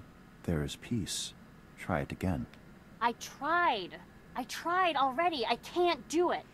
Trust in the Force. That Togrutan will be your new party member. Walls may be pulled down. Forget this. If there really are Sith on Terrace, we should be fighting them, not sitting here daydreaming. Patience, Ashara. But I'm going to warn you now, she is the most stubborn son of a gun. To act in the Force. Now, try again. Find the second databank, which is kind of just south of where you are now. I see it. I'm heading towards it. It's still closer than my next location, so we'll go ahead and keep going on that. Yeah. It looks like we're going towards your next location. Well, maybe. I don't remember at all where the third databank is, so God only knows. Okay. If you could have one show, like television show, remade, and it is guaranteed to be as good or even better than the original. Ooh, this is a dangerous power you give me. What show would you want?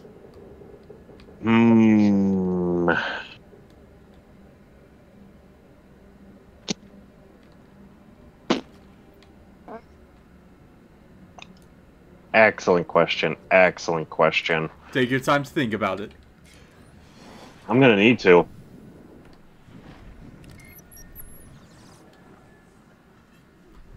The Jedi Code states, there is no passion, there is serenity.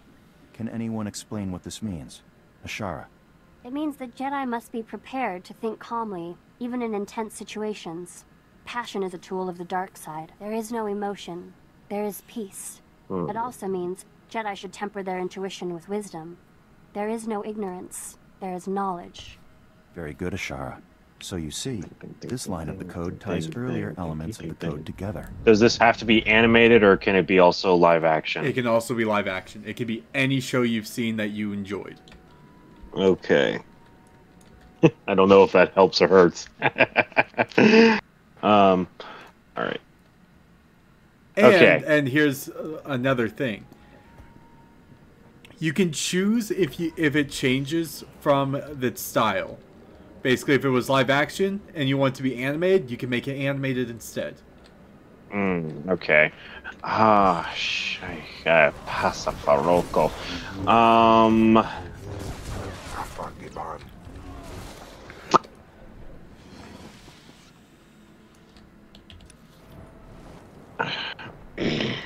Okay, it seems like we're going to Yeah, we'll do yours first because mine requires to go in somewhere. Yeah. So we'll grab yours, do my thing, and then we'll figure out what to do next. Yep.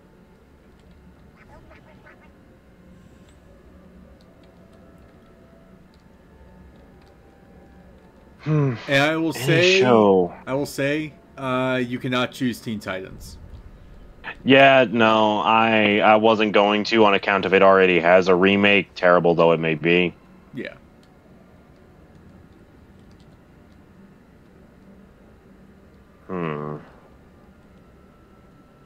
Going by that rule, I should probably also not do Powerpuff Girls or Rugrats.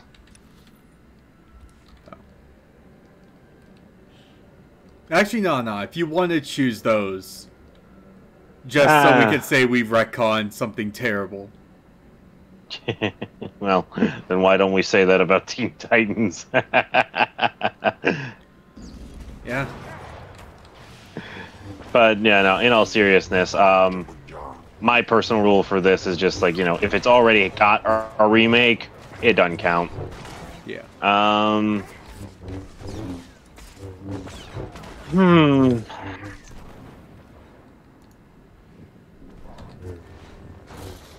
You know what? Teenage Mutant Ninja Turtles: The Next Mutation. It is a show that is legendary among Ninja Turtles fans for how bad it is. And they are absolutely right. It is an awful show. It's terrible. But god damn, it's funny. It's so very funny. Next Mutation, is that the one where they go into the future? No. Next Mutation was live action. Okay. It crossed over with Power Rangers in space, and it introduced a fifth turtle, a female character who would be named by the team Venus de Milo. There was no reason to press the attack. We're training for war. The Sith won't surrender. We have to drive them back with everything we've got.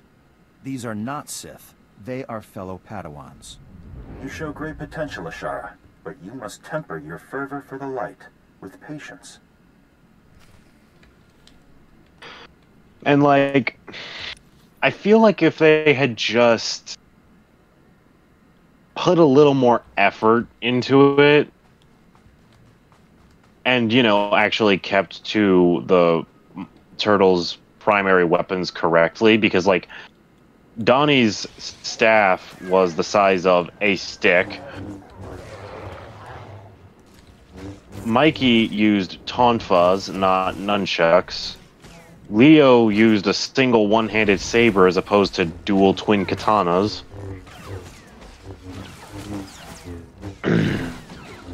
It's just it was weird and confusing choices all around. I don't get it. Yeah. Oh, did you already go in? Yeah, I'm already inside, but I haven't reached the player area yet. There's the entrance. Yeah, just go on ahead inside and catch up to me. I'm killing Republic people, so Yeah. But yeah, and it's like I don't mind the concept of a female turtle joining the team as like, you know, the more mystical magic user of the group. And I kind of like some of the bad guys that was used in the show. Like I said, they just needed to try, and it could have been good as well as hilarious. But yeah, if anybody has any morbid curiosity and wants to kill a weekend and kill like one of their days off, just watching some stupid show, watch Ninja Turtles: The Next Mutation. It's a fairly short run, and it hits all the funny cliches of a series made in that time, which was around like, you know, very late 90s, very early 2000s. It's like, it won't be a good show, but I mean, it might get you some chuckles. Yeah. For me, I would say let's remake Batman Beyond. Yes. Oh my God, I didn't even think of that just because it's already so good. Yeah. I haven't seen all of it, but like, holy crap, that show's reputation is not exaggerated. Yeah. Like, I will say, keep everything the exact same. Like, they can make it look more futuristic. Yeah, just give us better graphics. Yeah. Like, they don't have to change anything for it. Yeah. Although maybe consider adding some swear words. I'm fine if they decide not to do that, but yeah. it might improve the realism of the situation. Here, just hear Bruce Wayne saying, Bruce Bane. Bruce Bane say, "Fuck!" whenever Terry steals the bat suits. He's just like, "Fuck." But yeah, Bruce Bane. That's what happened when Batman and Bane put on the Potara earrings. Another one I would say, Static Shock. You know, I saw like 3 episodes of Static Shock. I don't really know if it was a good show, but I remember liking the episodes I saw. Yeah, no, it is a good show. It was basically an issue I have with kid shows nowadays. They say they're trying to push positive messages, and they don't. They fucking don't. Like, I don't know the messages they're trying to teach like half the time, but like with Static Shock, there was an entire episode about racism. Oh, jeez. Like, what's his face? Static's friend's dad. Whoa. Okay, hang on. You got all the soldiers. We ain't fighters, just miners. Contracted miners at that. Where is General Frelko? He's the overseer, but he ain't exactly hands-on. Hasn't been by in weeks. You gonna kill him? Why are you so curious? Hey, not looking for any trouble here. The Republic don't pay me enough to get in your way. Believe me. If I hit the silent alarm, Frelko will come with his personal guard. If that's really what you want, I can bring him here. Hit the alarm. You got it. You gotta love it when people have just enough of a flexible morality. There, it's done. The General's been summoned. Now, please, just let us live.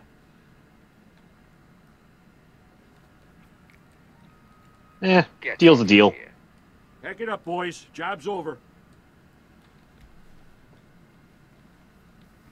They offered me the General in exchange for their lives. Attack pattern I may be a Sith, but I'm a man of my word. Then fan out.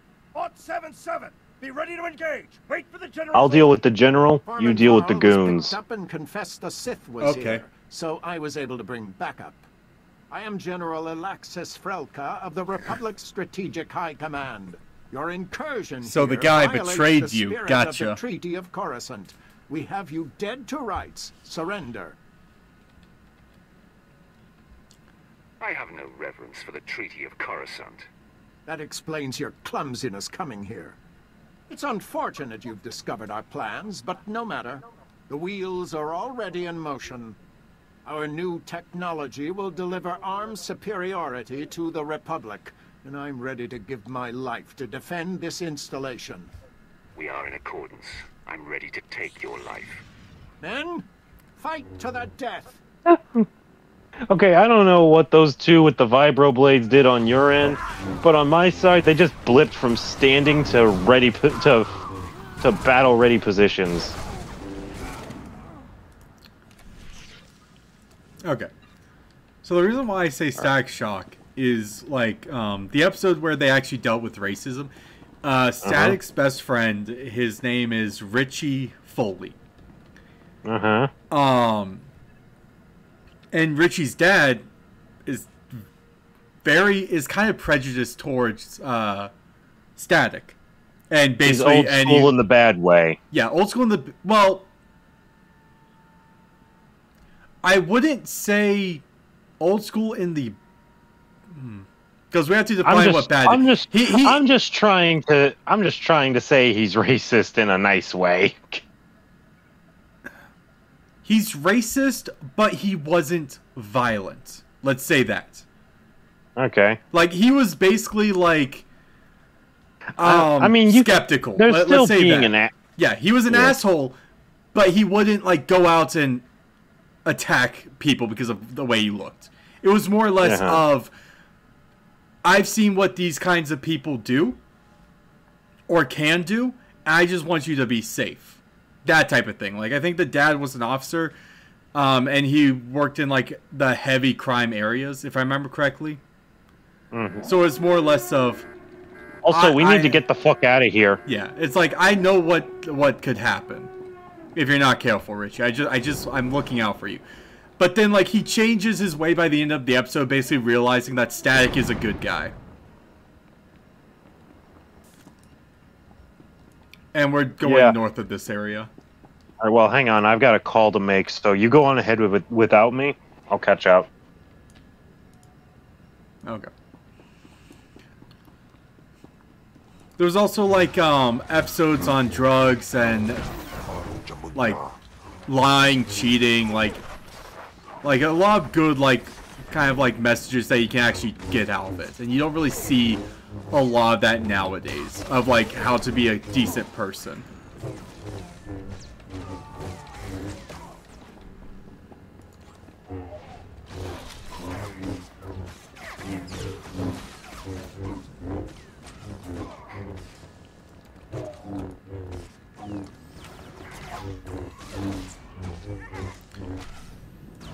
So I think, like, having, like,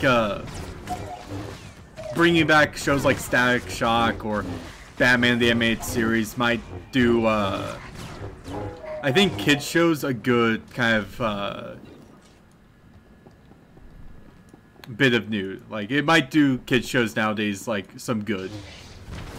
Yeah, no, the fact is, like, kids shows need to actually hit on subjects. Like, maybe not the hardcore serious, overly serious subjects, but just subjects that actually resonate with, like, issues that come up. Yeah.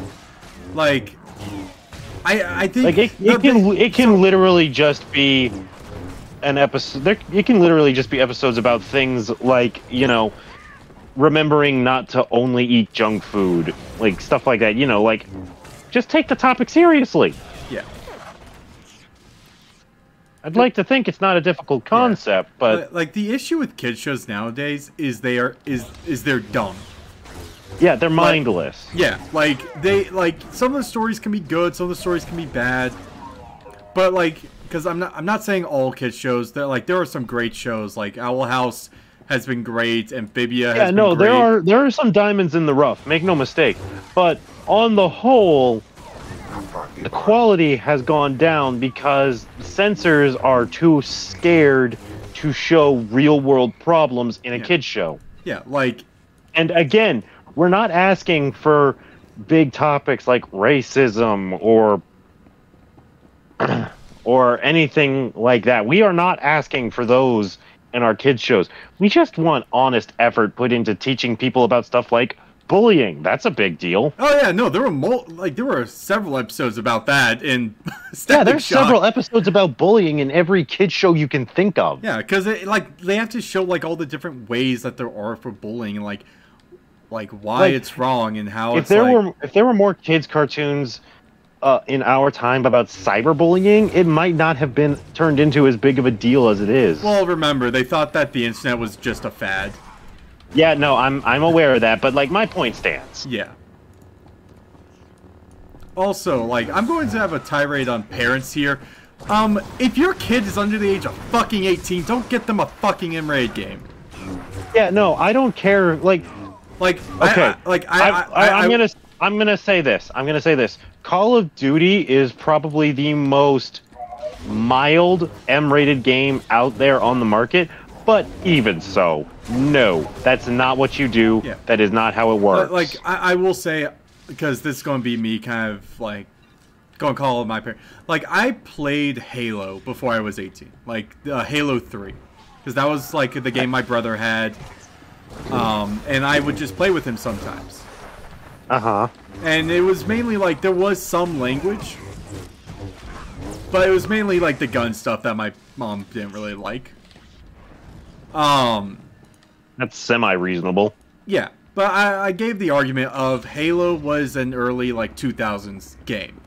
And because of how they, like, people keep changing the rating system, you could say, like, Halo 3 nowadays could technically be considered a T-rated game. Yeah, like, Super Smash Bros. Melee for the GameCube was rated T for teen at the time, but if you actually look at it these days, it's rated E. It really should be rated E10 and up. Yeah. And like, there's nothing in Super Smash Brothers that deserves a rating above that. But like, where my main issue... wait, hang on. Yep. Hang on. Really quickly.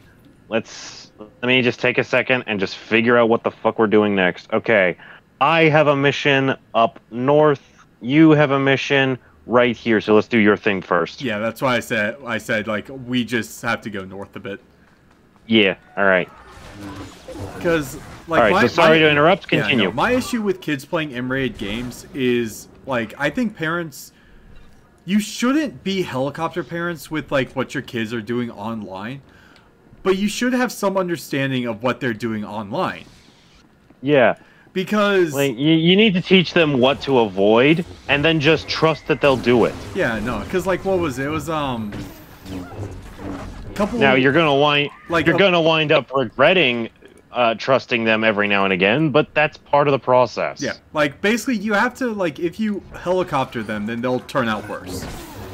Yeah. Well, if you give them just a little bit of freedom, then they'll get better over time. But at the same time, give them too much freedom, and you'll get the kind of assholes that Texas middle schools are filled with. I wouldn't even say Texas middle schools. I'd say all middle schools. I mean, yes, but Texas is where I have the experience. Yeah, but I say don't point out as one state, because that is disingenuous on saying, like, oh, it's because you just gave it, like, a specific location. You now just have but it's like everyone associates Texas kids with being, like, you know, extra crude, and frankly, they have a point. Oh, fuck that shit, dude. Okay. It was a few months ago. I joined a Xbox party chat because I have the Xbox app on my computer with some friends, just because I wanted to see what they were up to. And when I joined, I heard these two kids. One, they didn't fucking know what time zones were, because my friends are like an hour ahead, and I'm guessing like they were like 2 or 3 hours behind, so like they would be like on the West Coast. Varric, Eli, and they were using the F slur, like the derogatory term for homosexuals. Then take your positions. They were using the N word, and they were like calling the like, that is not cool. And they were like calling them you are in the support group, like mentally slow Like using the R no, word for that. Yeah, no, I get you. I get that picture. Like those people, I am sorry, in my own personal opinion, those people need to get a beating so that they understand what they're doing to people. Yeah, no. So and like they were like threatening to dox my friends, and it was over the dumbest of fucking reasons. One of my friends was playing Sea of Thieves, and Sea of Thieves, like I personally haven't played it but from what I've seen, fun game. Oh yeah, no, same. Like I've never played it, but I would love to because it looks like a blast to play with a group of friends. Yeah. Pride and insecurity. And these guys were just like these two kids were being fucking assholes and dickwads. Just because my friend didn't want to fight them in like a ship battle? Yeah, like come on. Like that's a waste. First off, that would be a 2v1, so outnumbered. Yeah, that's not fair.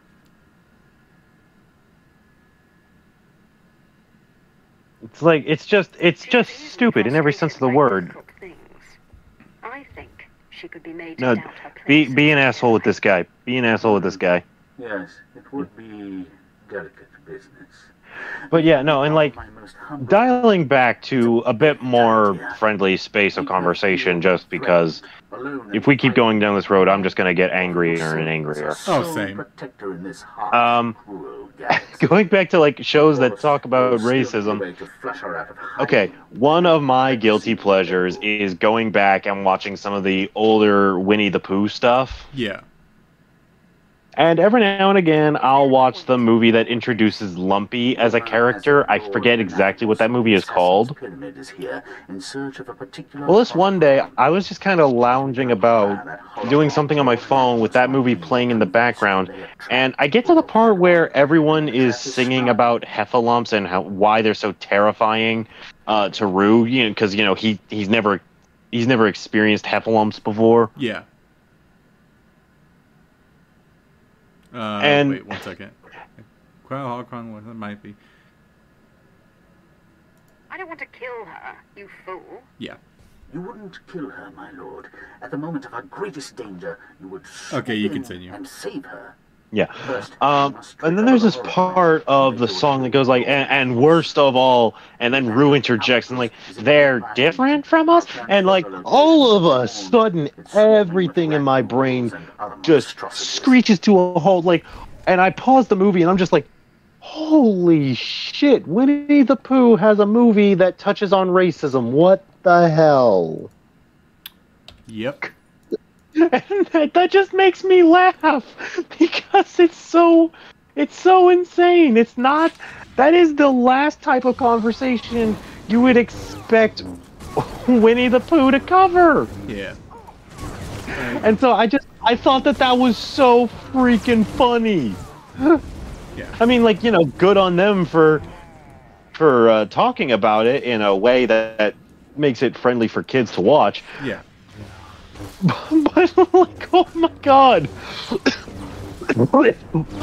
it was nuts. It was nuts. Yeah.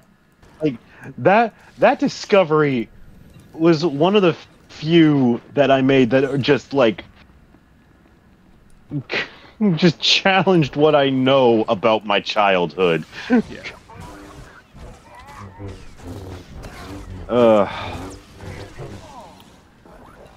Well, let's kind of like sum up like basically what we're trying to say is kids shows nowadays need to be less dumb and actually have like some coherent story or message that can be told. Like they can have dumb, stupid jokes. In fact, I encourage it. And we don't let it overwhelm the show. You know, like, and we can have like some dumb, like some shows be dumb just for the sake of being dumb because I admit. Sometimes we just need those dumb shows to kind of de-stress on shit. Like, I mean, let's be honest here. Look at SpongeBob. Dude, I will sometimes go back and just rewatch the first 5 seasons. Just because I can. Alright. Let's head to the speeder. I'm heading up to the Bomber Command Post speeder? Well, yeah, no, that's the speeder in this area. Okay. So let's go there and we'll figure out our next move. Yeah. But yeah, going on to an entirely different line of conversation. I had it. What was it? I had it. What was it? I had it. I had it. What was it? I had it. When exactly did the thought come from? Did it come from when we were talking about TV shows? I am trying to remember. Oh, yes, Lightyear. Okay, yeah. That was the first thing that was the thing that came to my mind that prompted this. Okay. How versed are you personally, Crux, in the Pixar theory? Oh, that everything is interconnected? Pretty well. All the Pixar movies? Yeah. The Lightyear movie is challenging intensely what a lot of people think they know about the Pixar theory.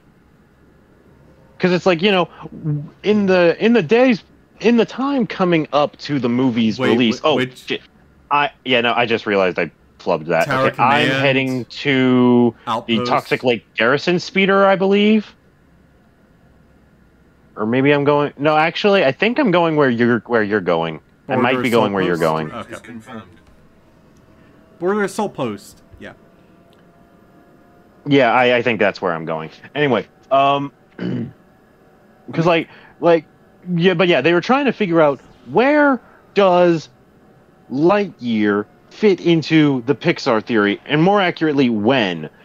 Because remember, up until we went to see the movie, we did not know that Lightyear was a movie in a movie. We did not know this until the movie itself happened. Yeah, so Lightyear is just... So we assumed that it was going to be quote unquote real events. Yeah. And as a result, it was difficult to figure out because the technology was way advanced for what should be possible in the 1990s, even by the standards of the Pixar universe, which had things like the Omnidroid in the friggin' 50s. Mm-hmm.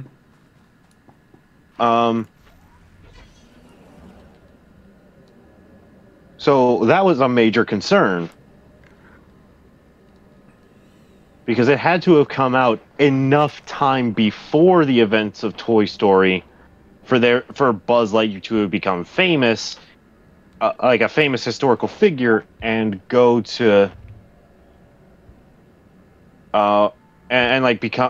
get toys made after him. Yeah. But then we learn, it's just a movie inside of the Pixar universe, and okay, that's great. What else? What other Pixar movies are just movies inside the Pixar universe? Because if you watch Coco inside the Land of the Dead, there's a poster for Incredibles 2. There's a Mr. Incredibles comic book in Finding Nemo, and Bug's Life really doesn't have any noteworthy place on the Pixar timeline outside of just being a movie. Well, yeah, but also remember, in Monsters Incorporated, you see a Nemo toy. Well, yeah, but and also that could just be I don't know. Because now we're going into what's an actual Easter egg and what would be able to say that's exactly my point. Because the Pizza Planet truck makes it inside the movie Lightyear, but the directors have confirmed that was just Pizza Planet having marketing and advertisement in the movie the same way Pizza Hut would. Yeah. I think... Okay, I think my thing is right here. My thing is right here, just down that doorway. So let's do that first. And my thing is if we go up a bit. Yeah. So let's do mine first just because it's right here. Okay. I think So we can say that the Incredibles are real, right? Yeah. Well, hang on, because I'm still going with this. Okay. A video I watched recently voiced a major concern about the movie WALL-E. Okay. Potentially just being a movie, and the reason that this is a ridiculously big problem for the Pixar theory is that the movie WALL-E is insanely significant to the way the Pixar theory stood before Lightyear came out. Yeah, because of big corporations. For the uninitiated, basically, by and large, the company that is the face of the planet in that movie takes over the globe using marketing and just pampering the humans to near extinction. And so they go off into space, and secretly the autopilot receives order A113 to never return to Earth. And so, you know, that's what they do. Well, at least for a time. Then Wally gets onto the ship somehow, and he and Eve help the captain take the ship over from autopilot, etc., yada, yada, yada. You've seen the movie. You know what happened. And then after the events of the movie, some few generations later, ultimately because of the insane radiation of the planet, the humans evolved into the monsters of Monsters University and Incorporated. How are... What? The force field's still up for me. Oh, destroy the force field. I can't. It's all... You already did. There should be another force field on the other side. Like on the other wall. Nope, I can't get to that either. No, over here. No, I can't get to anywhere you... On this side? Anywhere that you've been able to go. Yeah, all of them are destroyed. But I'm stuck. So you can't just walk forward? No, the ray shield is still up. That is weird. I think it's because you were doing it instead of me, and that fucked things up. Hang on. Leave the player area. I'm gonna log out and log back in. Yeah. Oh, there we go.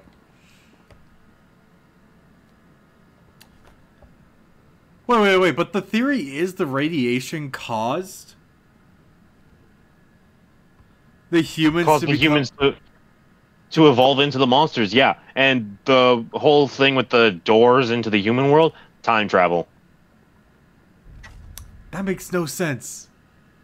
Well, watch the Super Carlin Brothers videos on it. They explain it better than I can. Because honestly, it would kind of make more sense of saying that it's interdimensional travel. Well, that's not... Okay, you can come back in now once I send you the group invite. Son of a... There.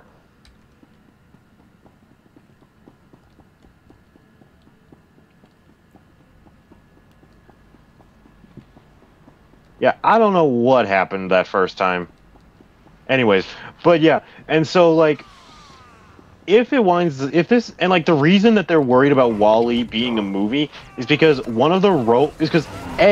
if you look at the robots that show up in Lightyear, there is some pretty big similarities between them and the robots that are found in WALL-E. At least in terms of like design.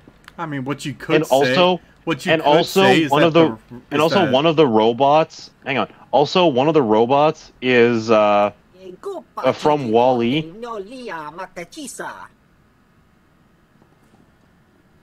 Oh, this guy was directly to the point.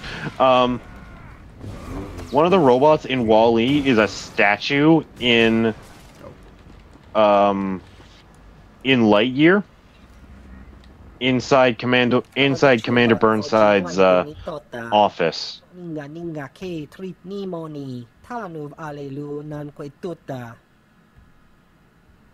I mean, you could make an argument of... Yeah, no, my personal argument is that by and large, just took these models and used them as the inspiration for their own robots. Yeah, that's what I was going to say. WALL-E's place in the timeline is too important. Yeah.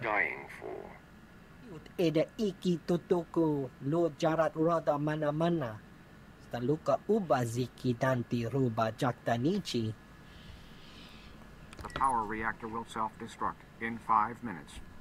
I'll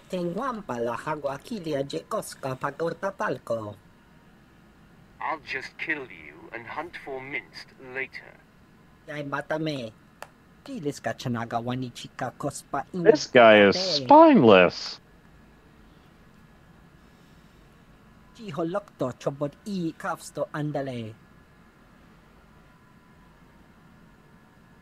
The power reactor will self-destruct in 4.5 minutes.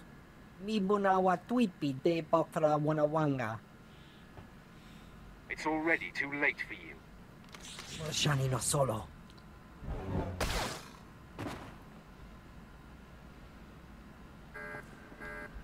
All right, let's go. We got about like, so, yeah, 10 minutes. Like I said, Wally's place in the Pixar theory timeline is just too significant for it to be allowed to be a movie. So my perspective is just B&L took inspiration from the robots used in the Lightyear movie. Yeah. I'll let you insert the code. Yeah. Well, I don't know if it would have allowed you to. Vault code sequence arming. The reactor core will self-destruct in 60 seconds. Vault code sequence initiated. Terrific. If that imposter was wrong about how much time this will take, we'll be blown to bits. Danger only makes things more fun. The reactor core will self-destruct in 45 seconds. Men, the enemy is accessing the Fallout Vault. Defeat the Sith and we can weather the explosion inside the vault.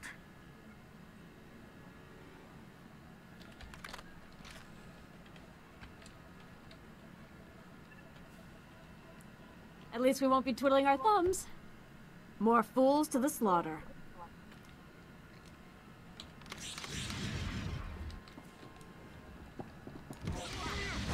We have 30 seconds before the self-destruct sequence. Yeah. I love the thrill of killing. I don't think the writers thought that part through. The reactor core will self-destruct in 10 seconds. If there's something you want to say before the end, now's the time. I feel we've only just scratched the surface of our potential together. Vault code sequence complete. The reactor core will self-destruct in 5 seconds. Vault lock disarming. 3 seconds. Vault door airlock releasing. 3. Vault open. Hurry inside. I know how this ends, and even I'm getting angsty.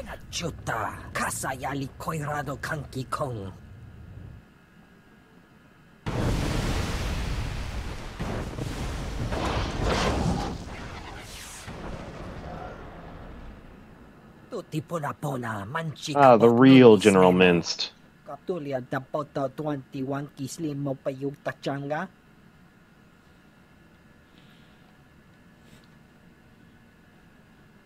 You must be a joy to work for. This guy's not talking like a Republic trooper. Yeah, he's talking like a Sith. Yeah, he really is.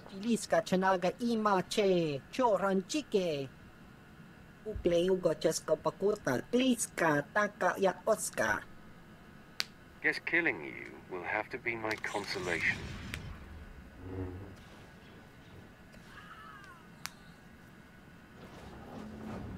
I gotta love it when this game tries really hard to be cool. That was more cringe than cool. Exactly my point. It reminds me of, oh, can't go that way. Pierce here. Tracked General Durant's battalion. Led my Black Op troopers on a recon run. Found Durant's hideout. He's got a full battalion guarding the compound. They're establishing a perimeter of electronic defenses around the General. Send me the coordinates. Coordinates sent. My Black Ops troopers and I were able to slip past the perimeter before they got the systems online. But we were spotted. We're taking fire. Outnumbered. Should be able to hold them off long enough for you to break through, but that's it. I will not accept failure, Lieutenant. We'll do what we can. Knock out those defense systems. We'll hold the position for you. Or worst case, our bodies will slow down their charge. Proud to have served, my lord. Pierce out. In case you're wondering, Pierce and Quinn butt heads a lot after Pierce joins the team. Yeah. It's okay. So how much of like the One Piece anime have you actually seen? Like 3 episodes. 3 episodes? Okay. Yeah, I've seen enough to the point where Zoro gets recruited, and that's it. Good job. Damn. Because I was going to say, I know incredibly minor details thanks to Luffy and a bunch of other people appearing in Jump Force. Like, I know that Luffy has a brother. For whatever reason, his name is escaping me right now. Ace. His name is Ace. He has the nickname Fire Fist Ace. There's also Sabo. Yeah, Sabo, I remember. Sabo is the one that... Sabo, I know. I know Sanji. I know Boa. I'm not calling her by her last name because we're live on Twitch. Hancock. Dude, you said it, not me. It's legit an actual last name, so... I don't care. I'm not saying it on live internet. Dude, I'm pretty sure I've said worse than the word cock before, so... You have, but that doesn't mean I'm willing to. Yeah, because I was going to say, if you've gone to, like, the Skypiea arc of the anime... yeah, no, like, trust me, One Piece, as her name implies, is a major fan of said show. Yeah. And one of these days, whether I like it or not, I'm going to wind up watching the whole series. Here's what I suggest, and this is what I've been doing. I've had the anime on as background. So basically, that's kind of what I do with. That's kind of what I do with Naruto, in all honesty, especially when I get to the parts that I'm more familiar with. Yeah. And also, like, and I'm gonna be honest, it's kind of necessary to do in order to get through the Haku fight, because oh my god, there's so much. What is going on here? Oh, you have a thing in there. I did not know this. Well, I did know this, but I forgot about it. Sorry, I'm catching up. He forgot. Because I was going to, I'm in the Skypiea arc, which is around like I'm at like 273 right now, and like in episode like 166. I think it was 166. Zoro basically says a line that's like, I'll fight this god and I'll like prove that I can beat him. And you want to talk about like cringy or edgy ass lines. That kind of takes the cake of basically saying, "Oh, I will slice through God." Yeah. Just like wow. Sort of like how Trunks did to Zamasu. Yeah. But yeah, no, it's just like fucking I don't know.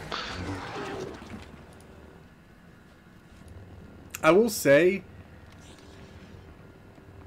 if you ever like get lost, and you know you're at least like at the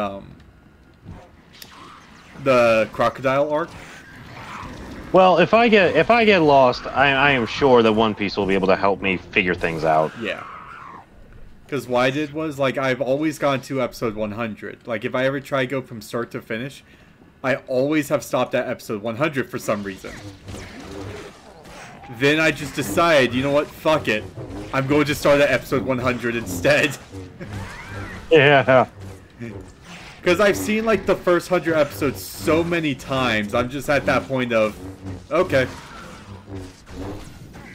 This particular story event is going to happen in 3, 2, 1. Basically. So I just, like, started back up at episode 100, and I'm at the Skypiea arc, which is basically they go to an island in the clouds. Straight up Skyloft in it, alright. Basically. Excellent, my lord. Lord Anathemos can be found at the Empire's current outpost in that region. I suggest you speak with him right away. And I'm pleased to say that I found the perfect place for All right. you to your While this dialogue is going, I have to use the bathroom, so I will be back. Near enough to Republic territory that you'll feel secure, yet remote enough that you'll be truly at your mercy.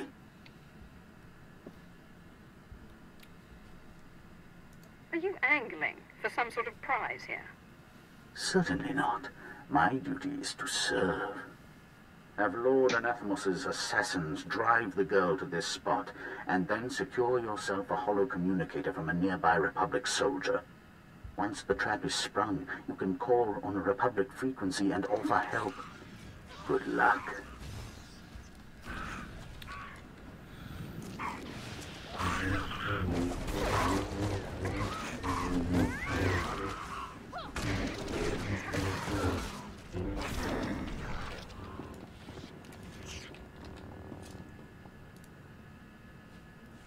Okay, so now...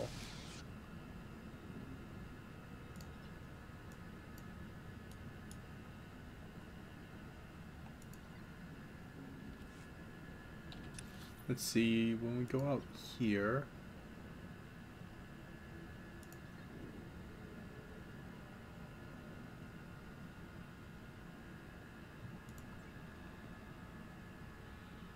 Tulin Marsh... Going here, there, okay. I'm not really sure which direction we'll be going to next. So I'll probably head out of this part of the map. Wait, what's over here? I have returned. You have returned. Yeah. Also, opinion question to everybody in the chat. What is worse? When someone you know talks about you behind your back, or when someone you know talks about you behind your back when they think you can't hear them? I think when they talk about you behind your back and they think they can't hear you, because that right there, at least, like, they know you're right fucking there. I think that's worse. Yeah. And, like, people who know me know that I have a very good sense of hearing. And so, like, being nearby me and just speaking in a hushed tone is not good enough to hide your voice from me. You have to have a whiteboard, write it all down, and erase it. Basically.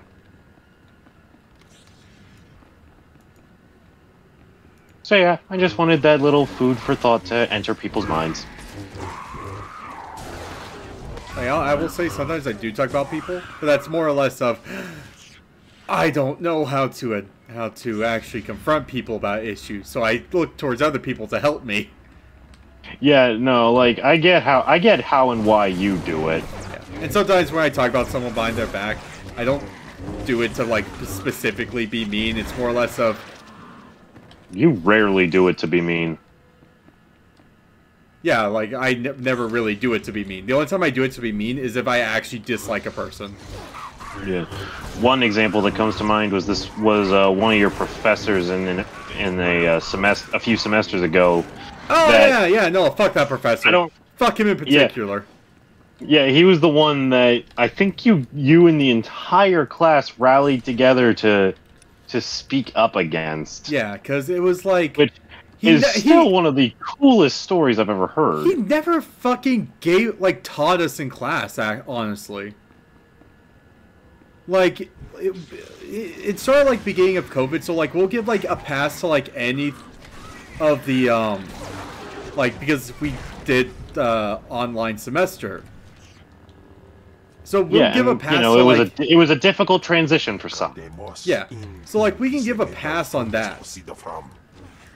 Well, it was more or less of, he was teaching us grad level shit in an undergrad level class. Like, it was Physics 2 undergraduate, which was the basics of Physics 2.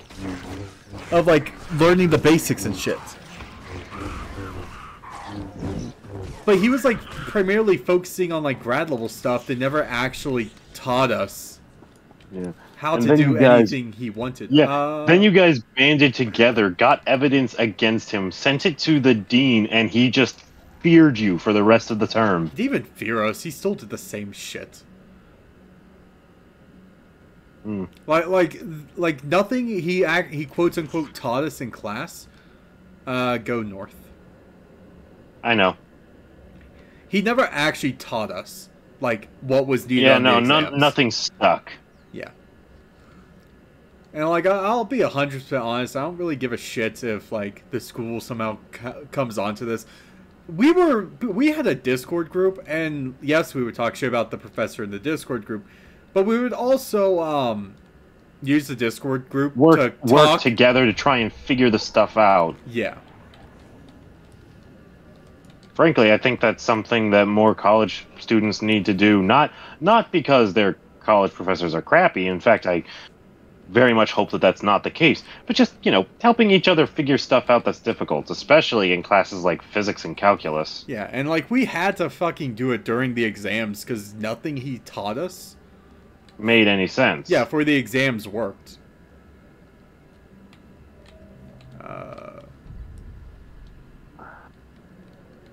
I'm looking for the entrance. There it is. Oh, okay. We go around. Gotcha. It's just like... Oh, dear. I think, like, I, as well as a bunch of other students, kind of agree that the entire concept of... fuck, what was it called? It's whenever, like, the tenure. Yeah. Tenure is one of the worst things you can give a professor. Alright, so really quickly, do we do my thing against General Durant, or do we do your thing? Well, we have to do... My thing was, like, going south. Oh, okay. Mine was by the, the border outpost. Assault outpost. Okay, then we'll do that next, I suppose. Yeah. I chose yours because yours was closer. Alright, that works for me. But tenure is like one of the worst things that you can give that a professor can get. Like, yes, it's supposed to show their... then it gives them too much power. Yeah, because the thing is the tenure is basically a 10-year contract where the professor basically cannot get fired. Mm-hmm. Like, a professor could...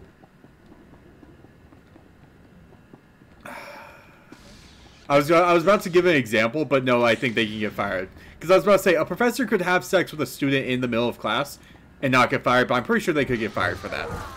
Yeah, and like, there is...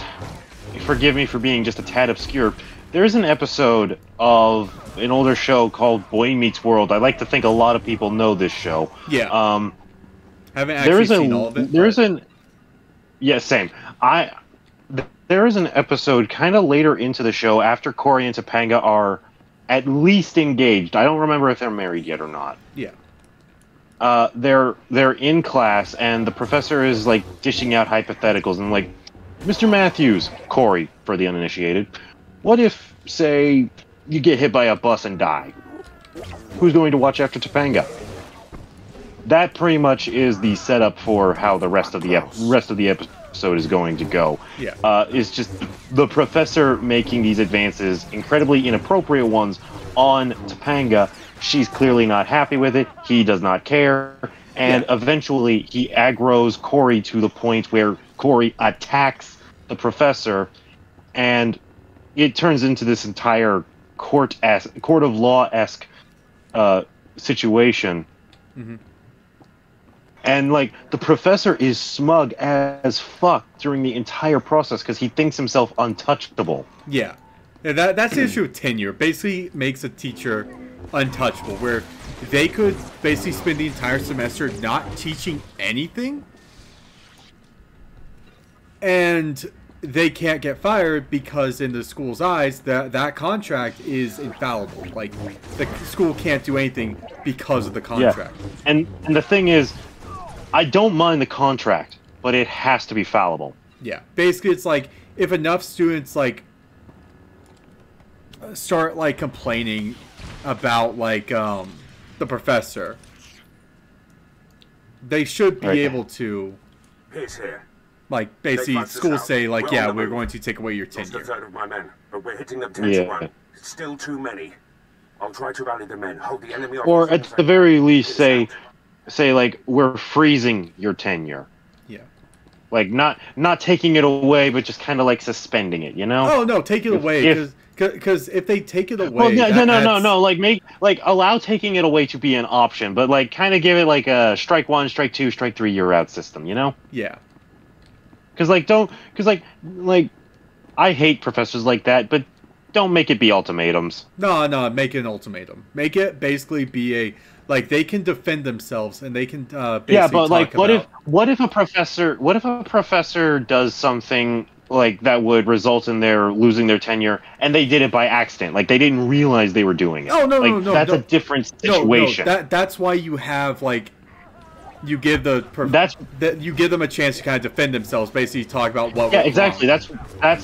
That's why I'm suggesting like give the tenure program like a 3-strike policy. Like strike 1 is a warning. Strike 2, the tenure gets suspended until you can prove that you can behave accordingly with this campus's expectations. Yeah. Strike 3 is you lose your tenure and you are fired. Yeah. Like that's what I was saying just now. Because it's too much power, and it basically. Because I think using websites like Rate My Professor, you can kind of see where it goes. Because you just kind of look at like how long has the professor been there? When did they get their tenure? When did Rate My Professor start shitting on them? Yeah, really. Like that's kind of like how you have to play these games now. My lord, the enemy is regrouping. I'm down to 3 men against about 300. Hope we could take out a whole battalion, but it looks like we'll come up short. When you see him, tell Durant.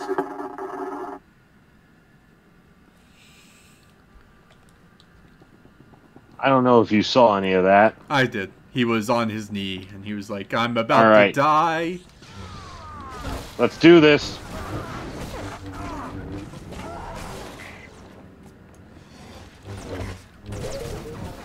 I haven't seen like any extra like mission objectives. Like the bonus ones? Yeah. Yeah, they're kind of few and far between, honestly. Like, there's a bonus objective right now with killing Republic commandos, but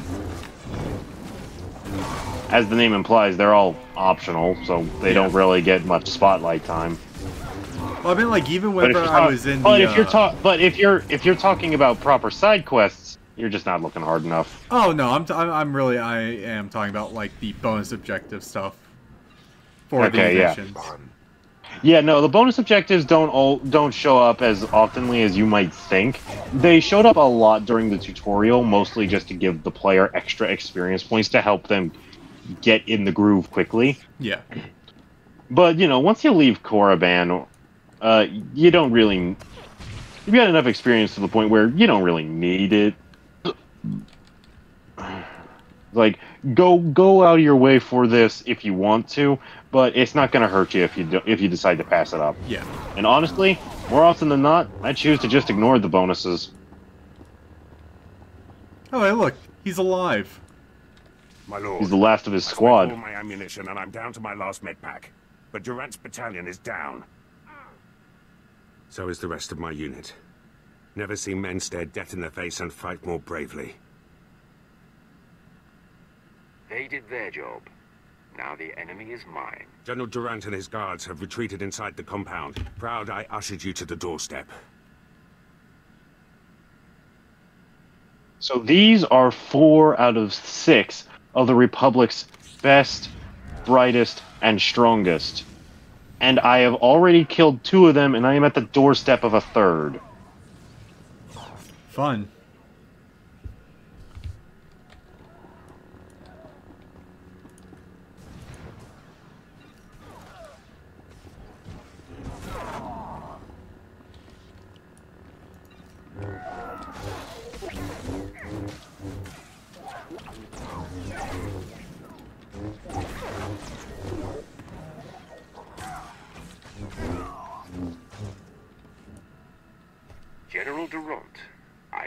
for you. I'm not hiding anymore, Sith.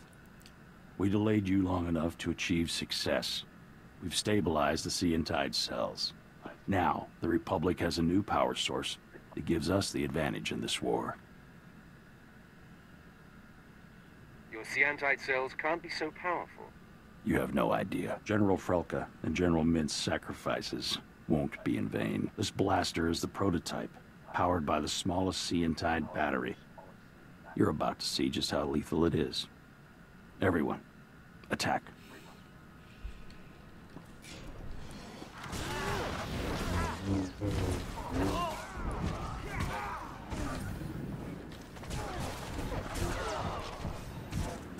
You got this!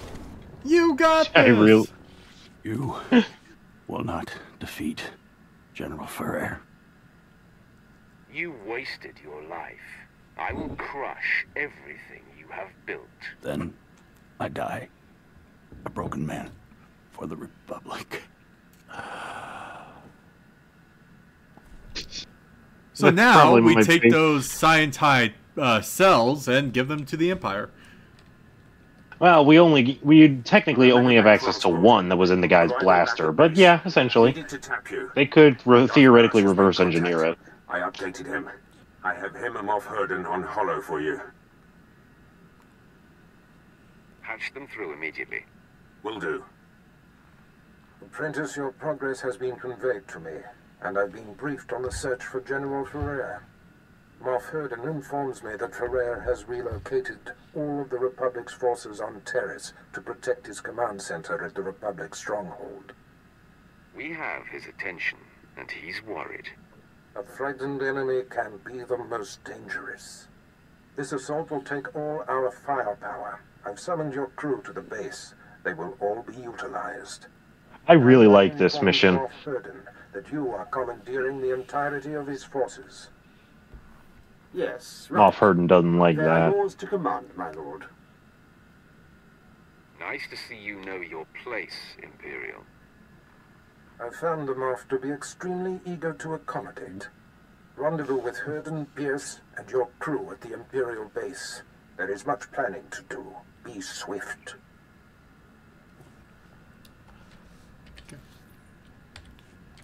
So yeah, this might be one of my favorite. This next part that I'm going to need to do after we finish your bit. Yeah.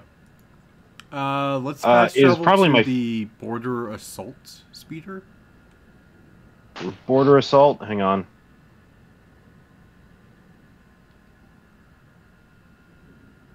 Oh, it's like, where's yours going to be?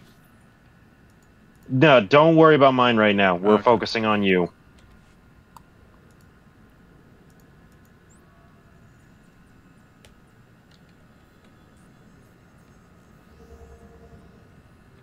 We've done enough of my shits back to back. Let's do some of your stuff. Yep.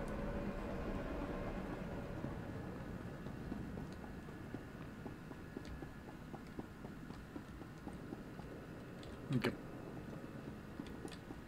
All right, I'm not going to be a part of this cutscene, but it doesn't I matter. understand you were looking for this holocron. Really? Yeah, we're not in a player area, so I can't be involved. Anybody who speaks Yawnesian can translate that. Where did you get it? Give it to me. No, wait. This must be a trap. That'll be useful. I'm not fooled. New skill when I leveled up a while ago. Nice. Oh wait, this must be a trap. I'm not fooled. Just let me use your assassins. My assassins? You must think I value that holocron pretty highly. I wonder, what do you need them for? I'm laying a trap for a Padawan. Simple enough. My assassins will be glad to... Wait. Why would a powerful Sith Lord like yourself hire assassins to kill a mere Padawan? Do you think I'm an idiot? I will not be taken for an idiot. Stop acting like one. This is no trap. Listen closely. This better be good.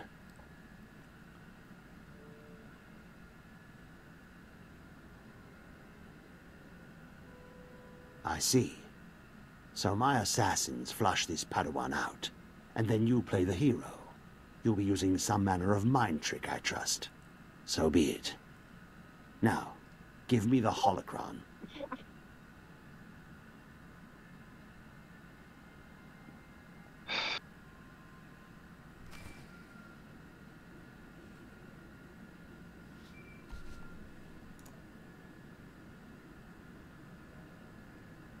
My lord, we've ambushed the target and are driving her toward the location you specified.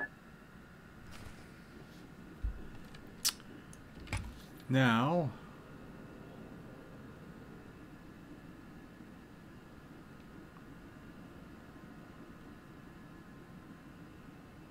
playing the trap. All right, let's go. Okay. Lead on. We go north.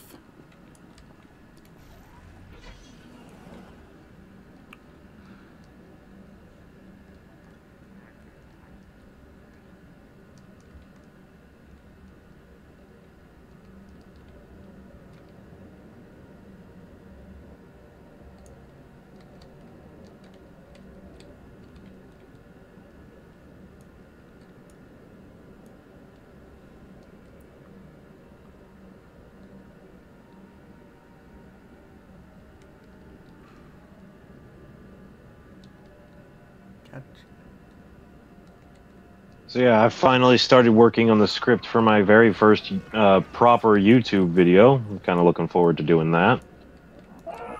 Well, I say written the script. Technically, it's just a rough draft right now.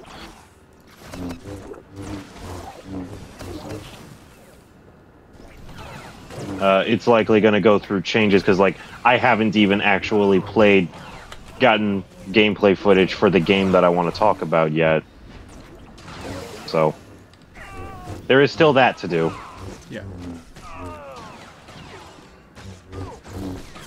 And as I play through the game, I'm likely going to have changes that I want to make to the script.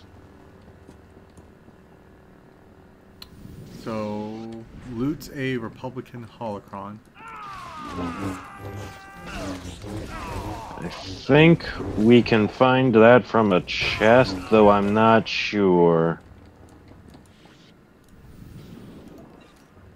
If we could find a Jedi enemy, that will up our chances, but I don't know if there are any nearby. Oh, here's a Jedi. Oh, hey, what do you know?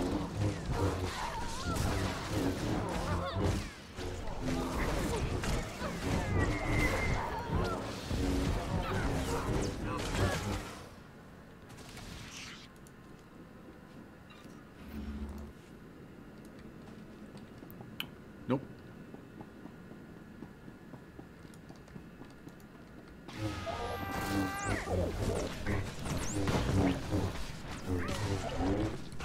Republican Arm Master. Do I have to kill a colonist? Not saying I'll not. Oh, there we go. Got it? Now I use my personal holocom. Do I use my personal oh, right there. Ashara Zavros, I heard about the ambush. Meet me in the swamps near your position. I can protect you. What? Who are you? How do I know this isn't another trap? If I wanted you dead, I'd just wait for the assassins to catch you and kill you. So do you mind if I go into why Ashara is the worst romanceable companion in the game? Don't think I'll go down without a fight. Well, first off, you obviously need to be a male character to romance her because this game was made before all of that was streamlined, etc., yada yada yada. But no matter how you act with her while you are in the recruiting phase, what are we doing now? Are we going after your thing or are we doing my thing? Yeah, we're going to go after mine since it's north of us. All right. So yeah, despite whatever it is you decide to do, whether you support her Jedi beliefs or torture them, or torture her for them, she remains a quote-unquote devout Jedi. Of course, I put the word devout in quotations because she is in fact willing to romance you for a while. There is literally a point in the dialogue tree where she just goes, "Our relationship cannot go any further." And it's just, and it's just like we must end this here. So this now became more of a chase of cat and cats. I gotcha. I refuse to ask what that means. Honestly, I don't even know what it means. I was trying to do like cat and mouse, but because it's two girls, cats and cats, but not your best analogy, my friend. Really isn't.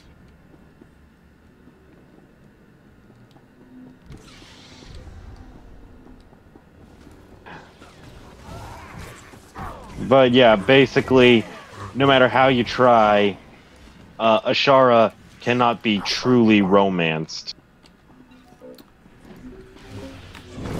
And it's just, it's frustrating because she's the closest thing to a romanceable character that the male Sith Inquisitor gets.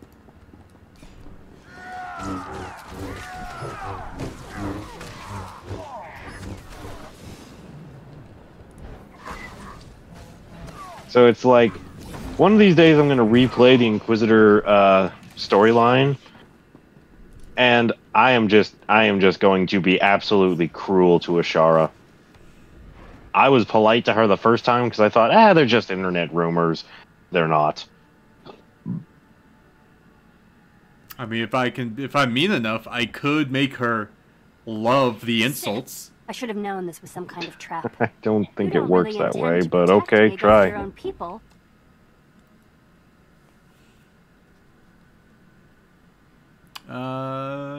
Surely the idea of Sith opposing other Sith isn't surprising to you. No. Now that you mention Remember, it, I guess be an it's not asshole so to her. unusual for villains to be at each other's throats. With all respect, my lord, we have orders to see this girl dead. Please don't make a fuss. Ew, force persuade. Don't make a fuss. You're asking too much, I'm afraid. Wait, my lord. You're not seriously going to... I thought... This is treachery! Lord Anathemos will hear of it. You heard her. We're not going down without a fight. Didn't we, like, tell him that the plan was not to kill her?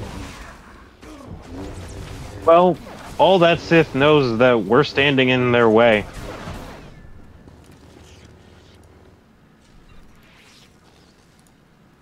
Please. Remember, I be a relent. jerk. Lord, Jedi, don't kill me. Of course. The Jedi way is mercy. I am not a Jedi. Off with your head. You even kill your own kind without remorse. What do you want with me, anyway? I need To hurt you. You're it.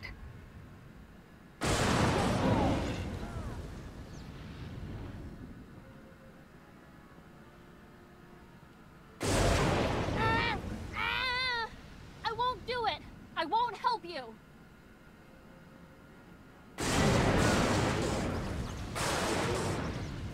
At a certain point, the shocks will become pleasurable. Why must you make this weird? Because I'm saying something that is actually true. Anger and whoa. pain. I relent. What do you want from me? The ghost in the Jedi Enclave. I must speak with him. The ghost. But... No. Of course. I will do as you say. I'll go ahead and prepare the Enclave. Make sure no Jedi are around. He's going to double-cross you. Just thought you should know that. Good. I get to shock her again. I recommend you take the opportunity to do that any chance you get. I don't usually say this, even when playing as a Sith, but I don't like Ashara. Yeah, you are not a Sith at all. Yeah, I'm a neutral Sith. I'll be an asshole. You are not. I'll be an true asshole Sith. when I want to be. I'll be an asshole when I want to be. Yeah, you are not a true Sith. You do not go for power's sake. I go for power's sake. I go for power so I can be my own master. I can make sure that nobody has the ability to give me authority. I go for power just so I can say "fuck you all" and then slaughter an entire village of Tuscans down to the women and children. They're like animals, and I slaughtered them like animals. I hate them. Can we like talk about like red fucking flags and that being like one of the biggest red flags? Dude, there are so many red flags for Anakin in that movie. There really are. Also, I think we went the wrong way. Nah, we're going fine. Okay. I know this planet. Trust me, we're going fine.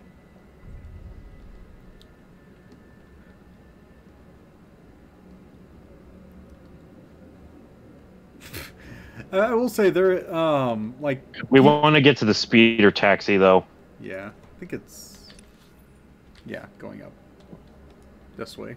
So are we still doing your thing, or are we going to do my thing next? Let's look at the I'm map. good. I was about to say, I'm good either way. Because I think no my difference thing to me. is...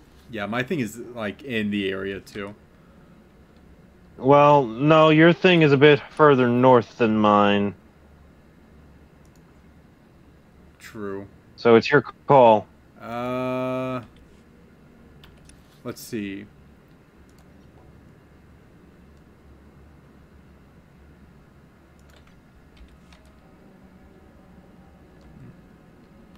Oh, which way did you go?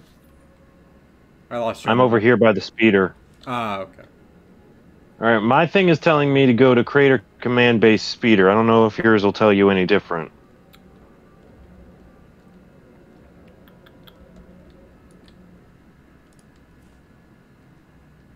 Mine's also saying that. Alright, then we'll just start there and figure it out. Yeah. I will say my next story thing is right where we're heading. Yeah, so yeah, we'll do yours. Alright. Then we'll go north and then do the... Well, let's do my dialogue thing and then we'll figure out from there. Yeah. Because I don't know where on the map my next mission takes me. I really don't.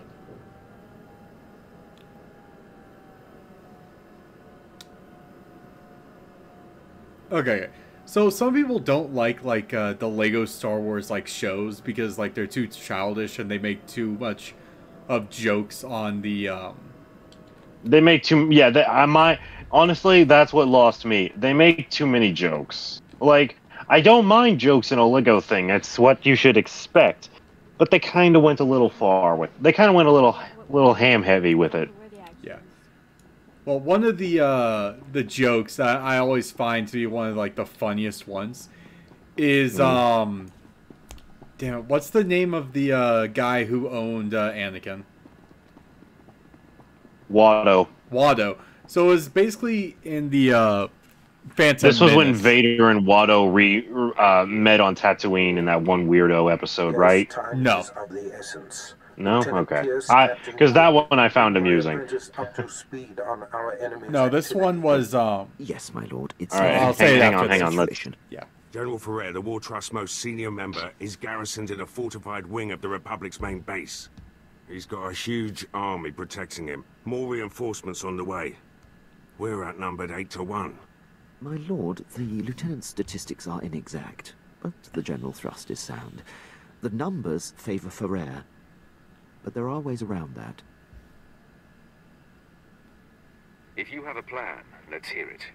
Now, to maximize our chances, we must coordinate 3 simultaneous strikes.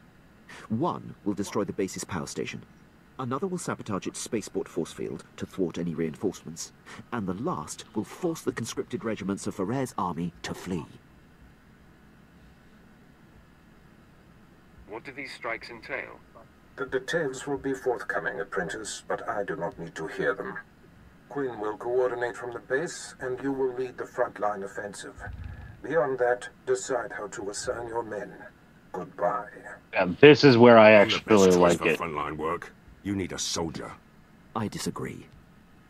If the frontal assault isn't handled correctly, your route into the command center will be clogged with run-over battlefield soldiers. In my opinion, Jaisa should join you.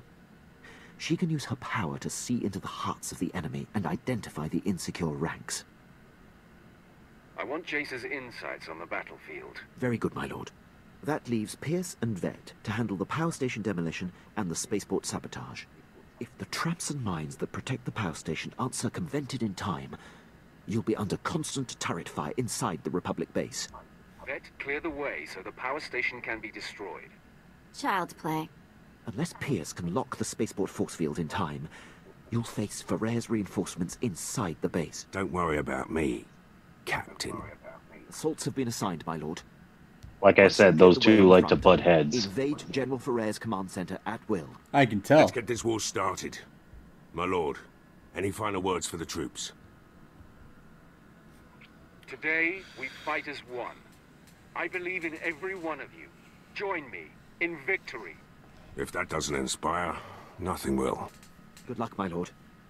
I'll be coordinating the attacks via Hollow. Don't worry, Captain. The real soldiers have got this one. Yeah, basically, Pierce is the brawn, Quinn is the brain. Yep.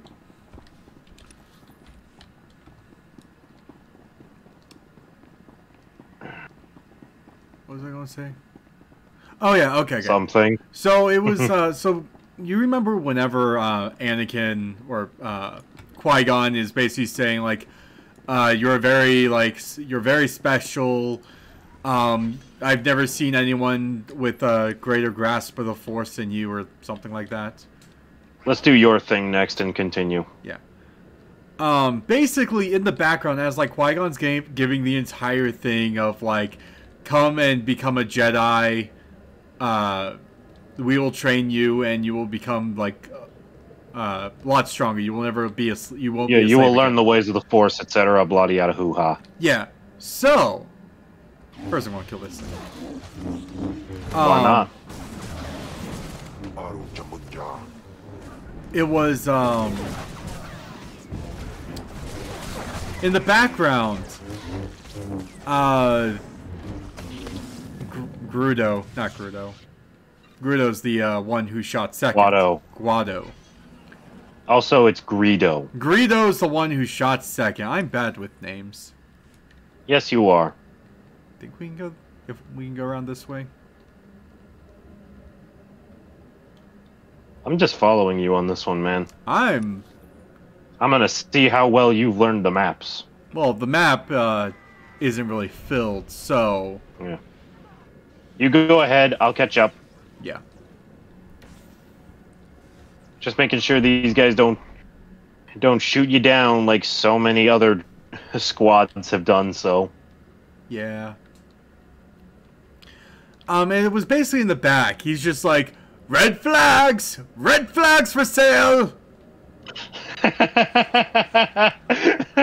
Okay, I like that one. Yeah, like that's the type of like humor that I wish that had made it. I wish that had made its way into the Skywalker Saga game. Yeah. Because that would have been great. Yeah, because like there's a lot where it's like, because I think that like that's a good example of a Lego game using like auditory jokes like properly, where it's like because I don't mind the also, use of audio in Lego games. If I may go on like just a brief, very small and quick tangent. Yeah.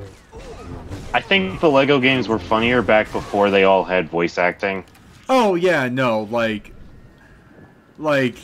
I agree with that. Like, I'm okay with the auditory stuff. Like, I was okay with it. Yeah, like I don't mind it in most instances. I'm not a fan of how they handled it in the Lord of the Rings and Hobbit Lego games, but you know, outside of that, it's fine. Well, remember, for Lord of the Rings and Hobbit, they ripped it right from the movies. Yeah, no, I know that's the point. Like, I prefer the way Skywalker Saga did it, where they had actors come in and re-say the lines. Yeah. Like, that's doing because it then properly. because then they have flexibility of tone. Yeah. And inflection. They did the same thing with the Jurassic Park games. I had a feeling they probably did. Yeah. Where they just ripped it from the movies also. Yeah, I never touched those games. Not out of a lack of interest, just a lack of ability. Yeah. I enjoyed them. I did play through the entirety of the Lego Jurassic Park games.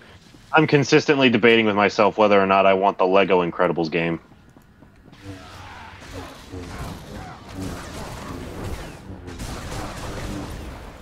You know? Yeah. I've been debating about getting the some more of getting the Lego Marvel stuff. And no. I suggest no. You're not missing anything special. Yeah, like that that's why it's because it's like is the story worth it? The stories are generic, the jokes are boring. Yeah. Like, I might get the games whenever I decide to do Lego retro, make a Lego my legs grow, that's what. Lego. Lego my ego. Lego my ego.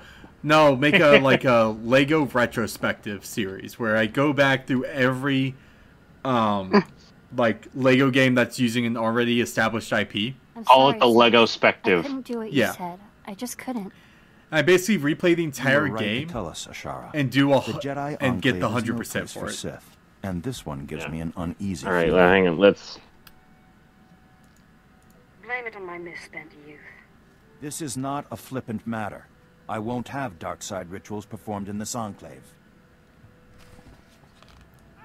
Oh no! If only I gave a fuck. I'll leave Master Ren to you. Osera's mine. Yep.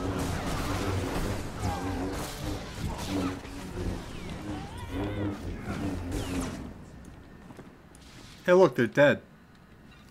And they died because of you, Ashara. How does that make you feel? You killed them. You killed the masters. I'm sorry, but they gave me no choice. They attacked me. Why are you apologizing? Turned me to the dark side. I was expecting it to be for that to say something else. Yeah. I was gonna say, just be rude. Just be rude. Obey or perish.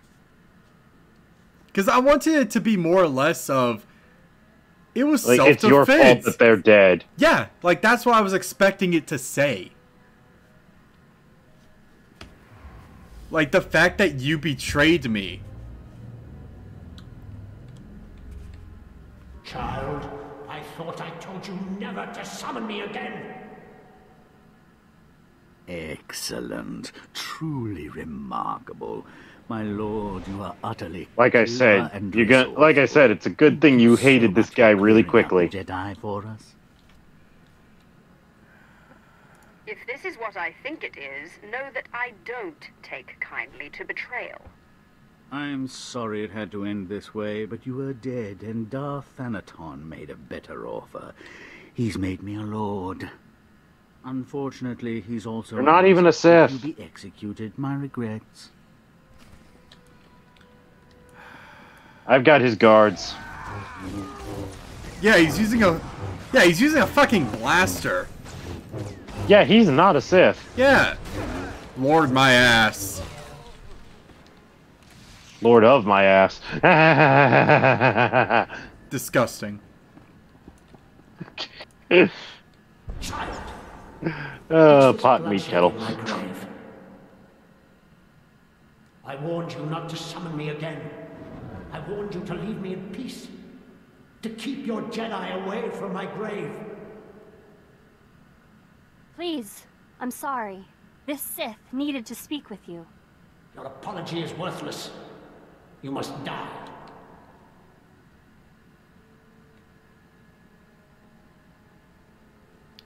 Oh man, what should I go for? No, I need a new princess. Summoned you because I asked her to. I need a pawn, so I can't just let her die. What are you? Oh, she would have. Hang on. If you want to ult out of this, or escape out of this. How long has it been since I felt at peace? Nah, we're gonna let it happen. No. You like Ashara won't die. What do you want that you went through? Boo, worthless then. I'll rather call. I need your strength. Also, if you do this while he's enraged, you get more power. Remember that. Oh, I do? Never mind. Yeah, remember? That's what the thing told us. I think I actually paid attention. All I learned was how to steal Force Ghosts and make their power my own. I didn't pay attention to them being angry or not. Yeah, let them. Yeah. If you take their spirit by force instead of striking a deal, I'm sorry. they become. This Sith needed to speak. Then you get more of their power and you make them forfeit their will.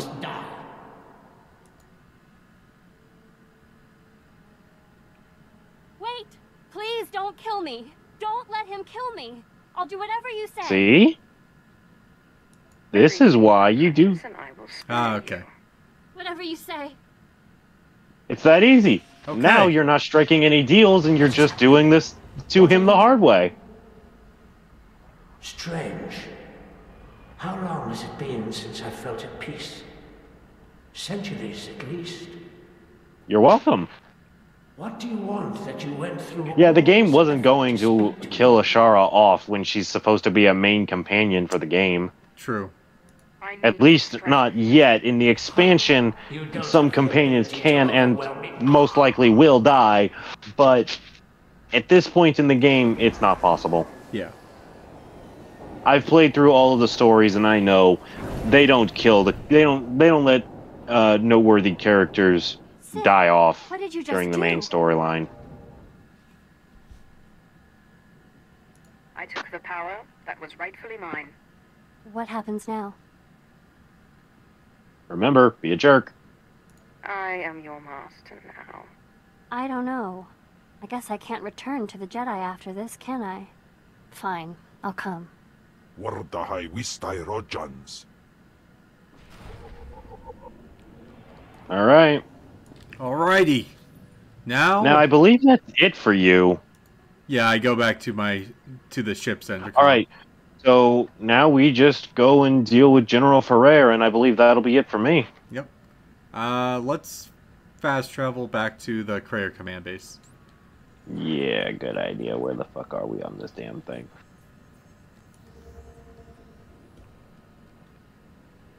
Now, Ashara, you betray me again, and I will teach you a move I learned from a great sensei, called 1,000 Years of Pain. Dude. What? You got fucking issues, man. I mean, you don't want to use Kakashi Sensei's 1,000 Years of Pain technique? Not particularly, no. I would actually prefer his Earth-style headhunter jutsu, if I'm being completely honest. Ah, okay. It's more fun. Also, wrong direction. Yeah, I was going to go the southern route. But I'm not sure you can get to where we're going from there.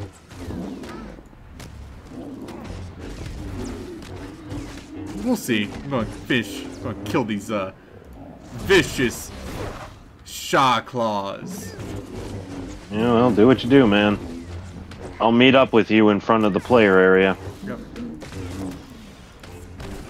I yell.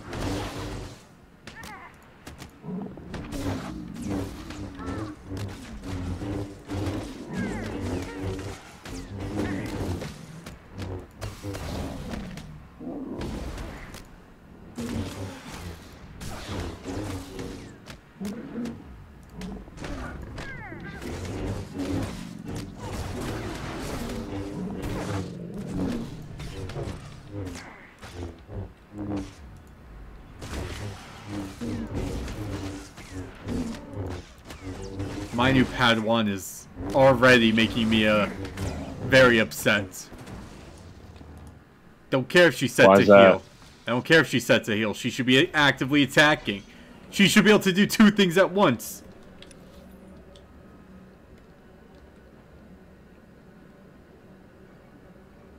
Well, I think you'll like the apprentice you get later on from character known as Bleep McBleeperstein. I remember that character in the great lore. Bleeper McBleeperstein slaughtered thousands of younglings. Way before Anakin did. You're not technically incorrect.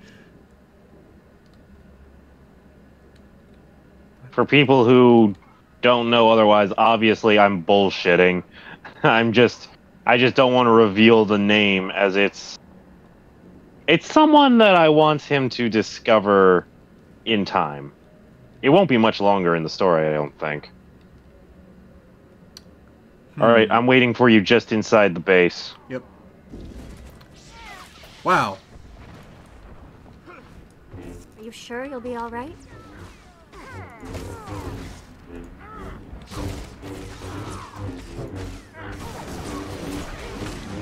You know what these Jedi keep doing? Not dying? No, they keep underestimating... I can't speak. They keep underestimating the power of the dark side. Na. Boom. I'm disappointed because I wasn't even making a innuendo. I know, but it's just like you underestimate the power of the dark side. It's one of the most overused lines by Star Wars bad guys. It really is. It's always don't underestimate the power it's of as the much dark it's side. It's as much of a meme as Han shot first. Even though Han shot first isn't a meme, Han did shoot first. I mean, yeah, but with the modern versions that make it hard to tell, it's a meme. Yeah. Like it or not, it is a meme. It is also truth, but it is a meme. Yeah. Honestly, I think making it so there's a Jedi Master. Well, they didn't want Han to look as prude and cruel.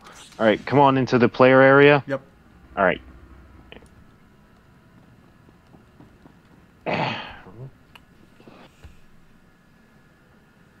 All alert. The enemy is sighted.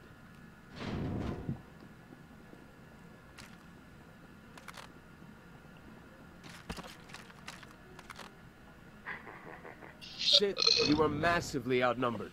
You will not invade General Ferrer's headquarters. Turn away at once. Jason, use your power and scan Ferrer's forces for the weak link. My pleasure, Master. Most of these dogs are brimming with strength and conviction. I sense hate and a willingness to die for the Republic. Not so fast. There. An entire column of soldiers who are forced to be here. They will definitely run if singled out.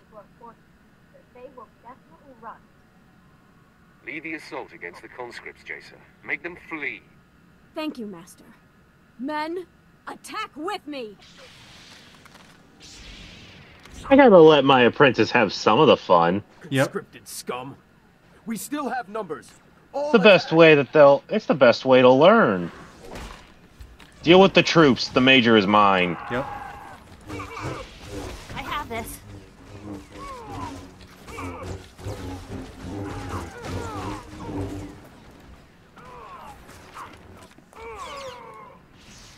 This captain that I'm next to was on the brink of death before you bailed him out. The Imperial captain? Yeah. Ah. I was watching his health bar. It was down to a pixel. My lord, I have updates from the other fronts. I'm pleased to report that the Republic power station has been destroyed.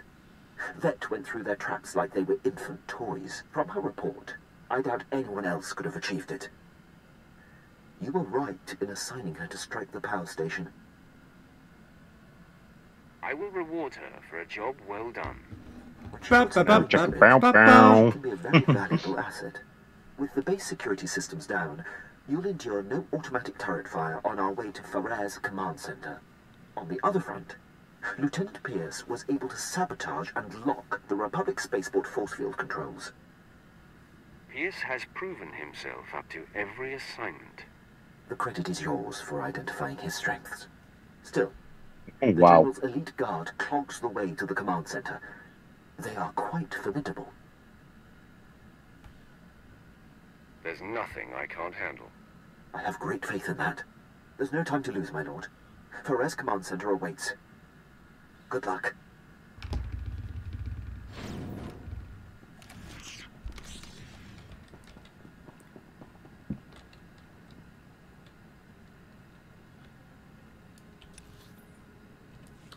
Oh, okay, we are going down. Hey.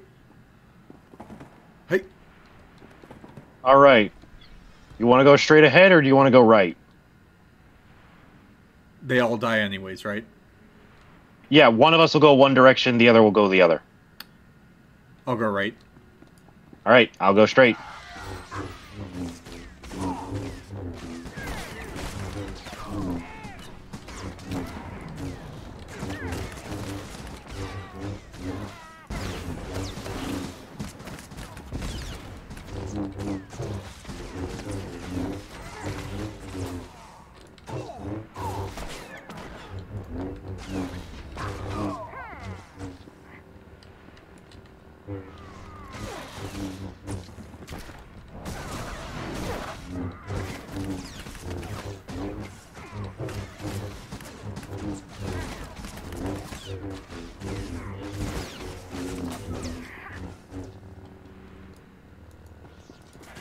All right.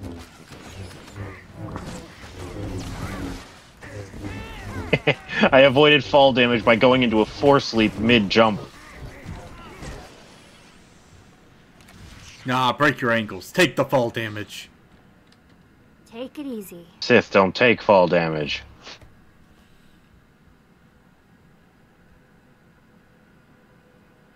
It's time for you to join the rest of the War Trust, Ferrer. Quite the contrary. After you took down my fellows, I knew my only chance was to delay you. And my gambit has paid off. I bought enough time for my technicians to solve how to stabilize Seantide cells of any kind. The future is upon us, Sith, and you have the privilege of bearing witness. Whoa. That's a small gun. Enemy sighted. Yeah, the size matters. Yeah, like I said, that thing is small. I can take it. War droids before. Not like these, you haven't. Seantide technology increases the strength of whatever it powers tenfold.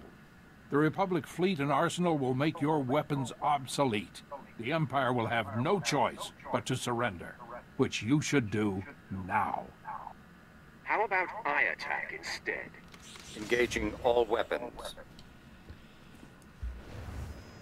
You want the droid? I take it bigger. Let's do this.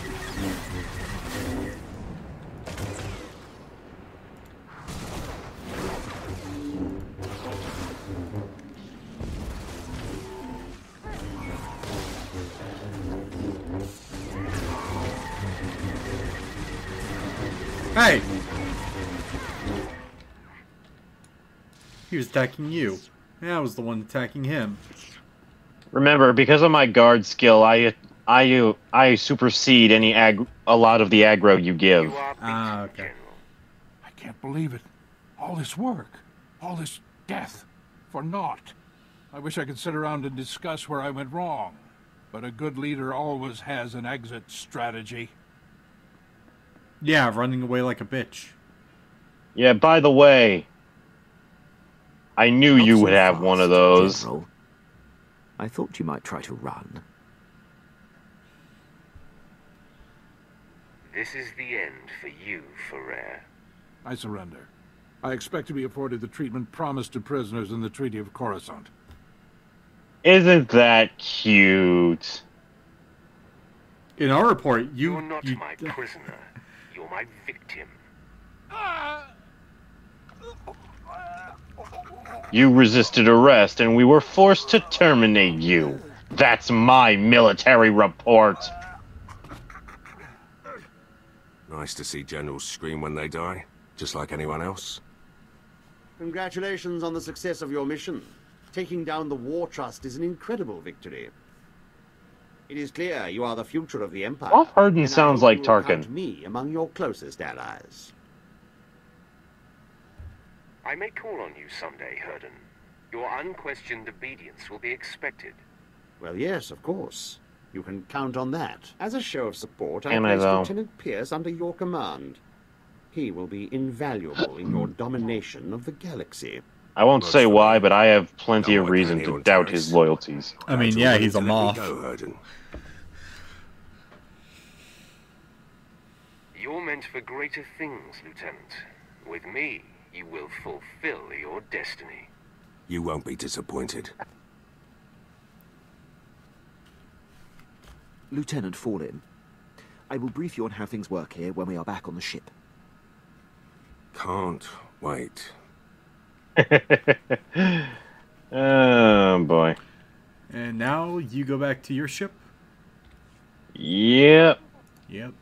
You go ahead and, like, at this point, stop waiting up for me. I got things to do for Pierce. I gotta outfit him. Yeah. Let's see. Toxic Lake Garrison has the fast travel point too. Toxic Lake Garrison, yes, that's where you're going. Okay. Because I have to go back to my ship's intercom. And with that, I think that's where we call it for tonight. Oh, son of a Smurf, but yeah, no. Once we wrap this up, that'll be it. Because we've been doing this for I don't know what 3 hours or so. Yep. And getting one planet down per stream is kind of our regular at this point. Why are you laughing? I got a message from Lord Anathemos. You lying filth is the subject. Yeah. Have you lost your senses? When I agreed to help you stage an ambush on that Jedi Padawan, I was not giving you permission to slaughter my men. I will not forget this betrayal. I hope one Padawan pup was worth it. Oh, you have no idea. Welcome to the friggin' Sith Order, dumbass. Let's go back to my ship. You can go back to your ship all you want. I'm going to my ship. Well, my ship is cooler. Our ships are exactly identical. Yeah, but mine has me on it, so therefore mine is cooler. Yes, but mine has Vet on it. Yeah, well, mine has, Okay, let's... Okay, this is going to be very crude. I'm going to be very fucking crude. I do not want anyone to think I mean this the wrong way. Yes, both of our ships do have one of the better slave races on them. like I think both of our, like, the Twi'leks and the Togrudans. I think they're both, like, the females are the best in regards to I see more Mirialans than I do Togrutans. But I take your meaning. New travelers, the ghost and a little Jedi pet. Wonderful.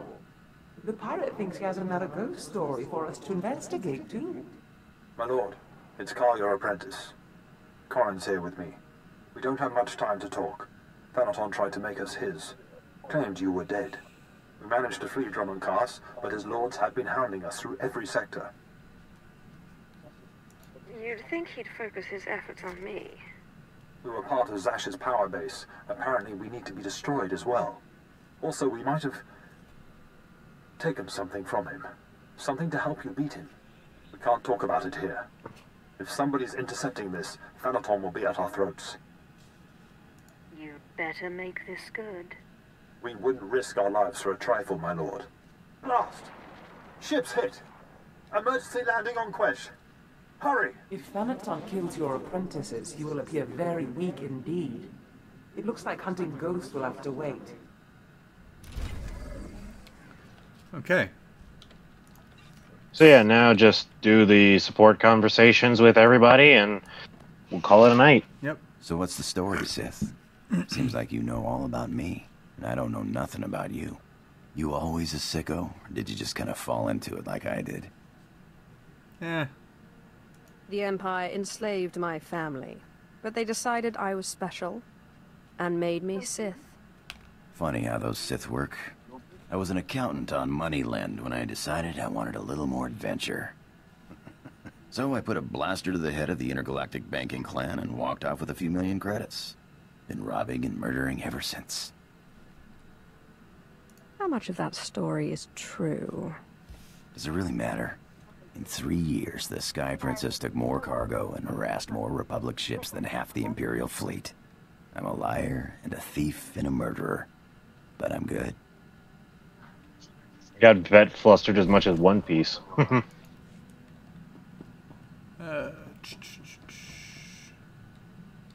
Let's see, Kim. Let's talk to Kim.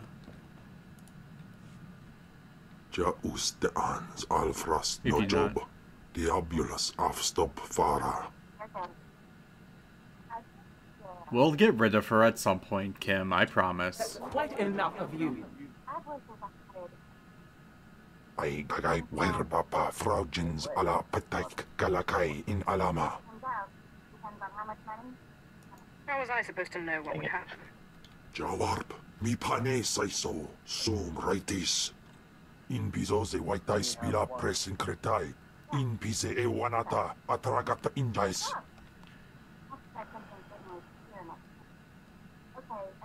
If you're just going to whine, I think I'd rather talk to Zash. Swaiwai silbans in iswish, paman ik alkas jam, guidis intis iswares. Well, you will be not feasting for a while.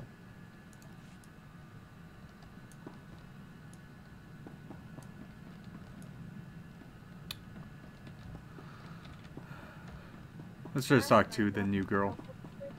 We haven't spoken for some time. Are you upset? No. No, I hate my crew already. No, this isn't right. What am I doing? Yeah, that is definitely a drawback to the Sith Inquisitor.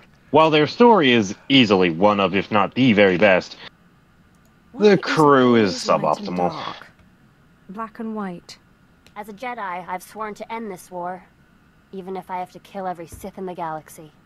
There can never be peace in the galaxy as long as the Sith exist. The Sith thrive on endless war. On the contrary, the Sith Empire is destroying itself with its ceaseless warmongering. That is why I want to change it. You can't change the dark side. There are more ways to be Sith than there are to be Jedi. Some of us are quite sane and capable of seeing that this war benefits no one. So what do you propose? How will you change the Empire? By any means necessary. I see. I'll follow you, for now. But in training they warned us that entangling with monsters, we risk becoming monsters ourselves. I will not go against the Jedi teachings or my conscience. But I'll do what I can.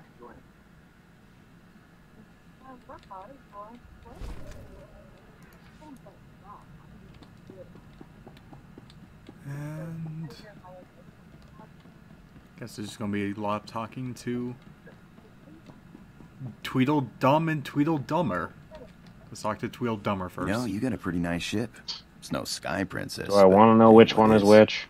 Andronicus is Tweedledummer. When you can maneuver like that. Andronicus. Revel is dumber. You didn't seem to have a ship when I met you. Yeah, got blown to pieces. But it was a thrill while it lasted. Nothing like playing chicken with a ship twice your size and then firing up his tail when he blinks. Sky Princess was great, but she couldn't do that.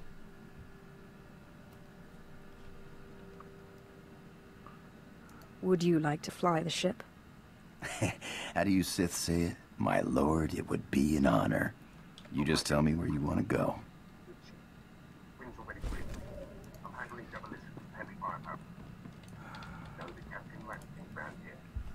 Enough, finally. A reprieve from that monster. Apprentice, I promise. Get me out of this infernal body and I will give you power like you cannot imagine. If I get you out of this body, it'll be to kill you. At least we can finally be frank with each other. I very nearly changed my mind about the ritual, you know. I genuinely like you. But it was that or death, and I don't like anyone that much. Well, that makes everything okay. Don't be a poor sport.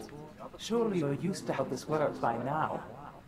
If I can't have her out of this body, the least you can do is ensure that the monster is silenced for good. Kemval may be a monster who eats Force users, but he's never lied to me. I will find a way out of this body. And failing that, I will find a way to take control. There's the truth. I'm interested in seeing this threat realized. It could be entertaining. As cocky as ever. Remember, kill me, and you kill your precious Ken, too. Accept. Once upon a time he was away. I have a lot of shit I need to sell.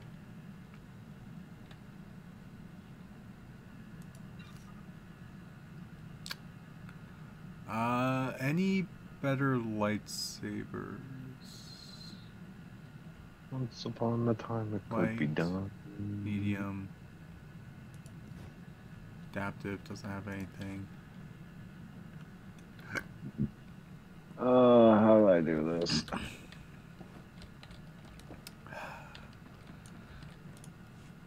Alright, I'll have to look into that off screen at some point. Alright.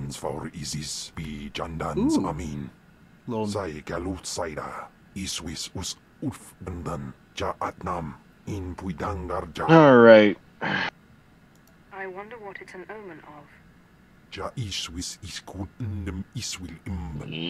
What's the next planet that you'll be you'd be going to? Next up I'm going to a flagship to deal with a member of the War Trust. Ah, okay. I wouldn't trust every stray thought that... Well, not the War Trust, but another one of the targets I need to take out for Barris's plan. Patay kuibanist, ni fragais fraujan, kup painana. Ustaupaim, I CJ in alam is frumadine habans. Okay. Hey, you got time to chat? Sure. Did you have something in mind? No, just wondering. Haven't been aboard too long. Like to know who I'm working with. Nothing touchy-feely, just enough to know you got my back. I give the orders and you take them. I see how it is. Thanks for explaining. Let's do that again. Got time to chat? Sure. Did you have something in mind? No, just wondering. Haven't been aboard. All right, so eventually I'm gonna get to a dialogue thing with Quinn, enough to know you got my back. where his old CO gets brought onto my ship, and or we just talk with him in passing. I'm going to read out what he says when we get to particularly amusing lines. And for context, this CO is just like some generic ass moth. Yeah.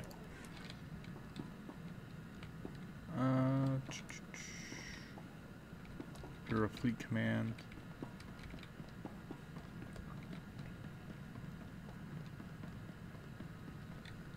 Okay. I think I only have to talk to Andronikos one more time. You hear that, Sith? Nothing like it in the galaxy. The hum of an idling blaster.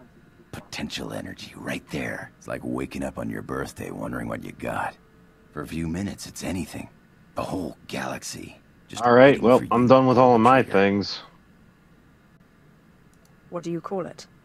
Nah, don't name my blasters. It's a bad idea to get attached. Actually, I was wondering. These blasters are nice, but a pirate's only as good as his equipment. We don't got fancy force powers like you Sith. I think I have a spare set here, if that's what you're asking for. I'll pay it back, Sith. Don't worry. Thanks. God, this guy really wants to talk to me. Jeez. He doesn't realize I'm only into women. Okay. Usually after about 2 shutdowns, a character will give up. Yeah. So next week we'll start on Quesh. Well, actually, next week I recommend we do my thing going into a starship first. Oh, yeah, right. Because that'll take because like Quesh will take a remarkably small amount of time. We will be able to do another planet on top of Quesh. Okay, yeah. So yeah, we'll start with my ship thing because then I believe I will be sent to Quesh. Yeah. And then we'll go to wherever it is that we wind up having to go. Yep, because I have to go save my apprentice eye.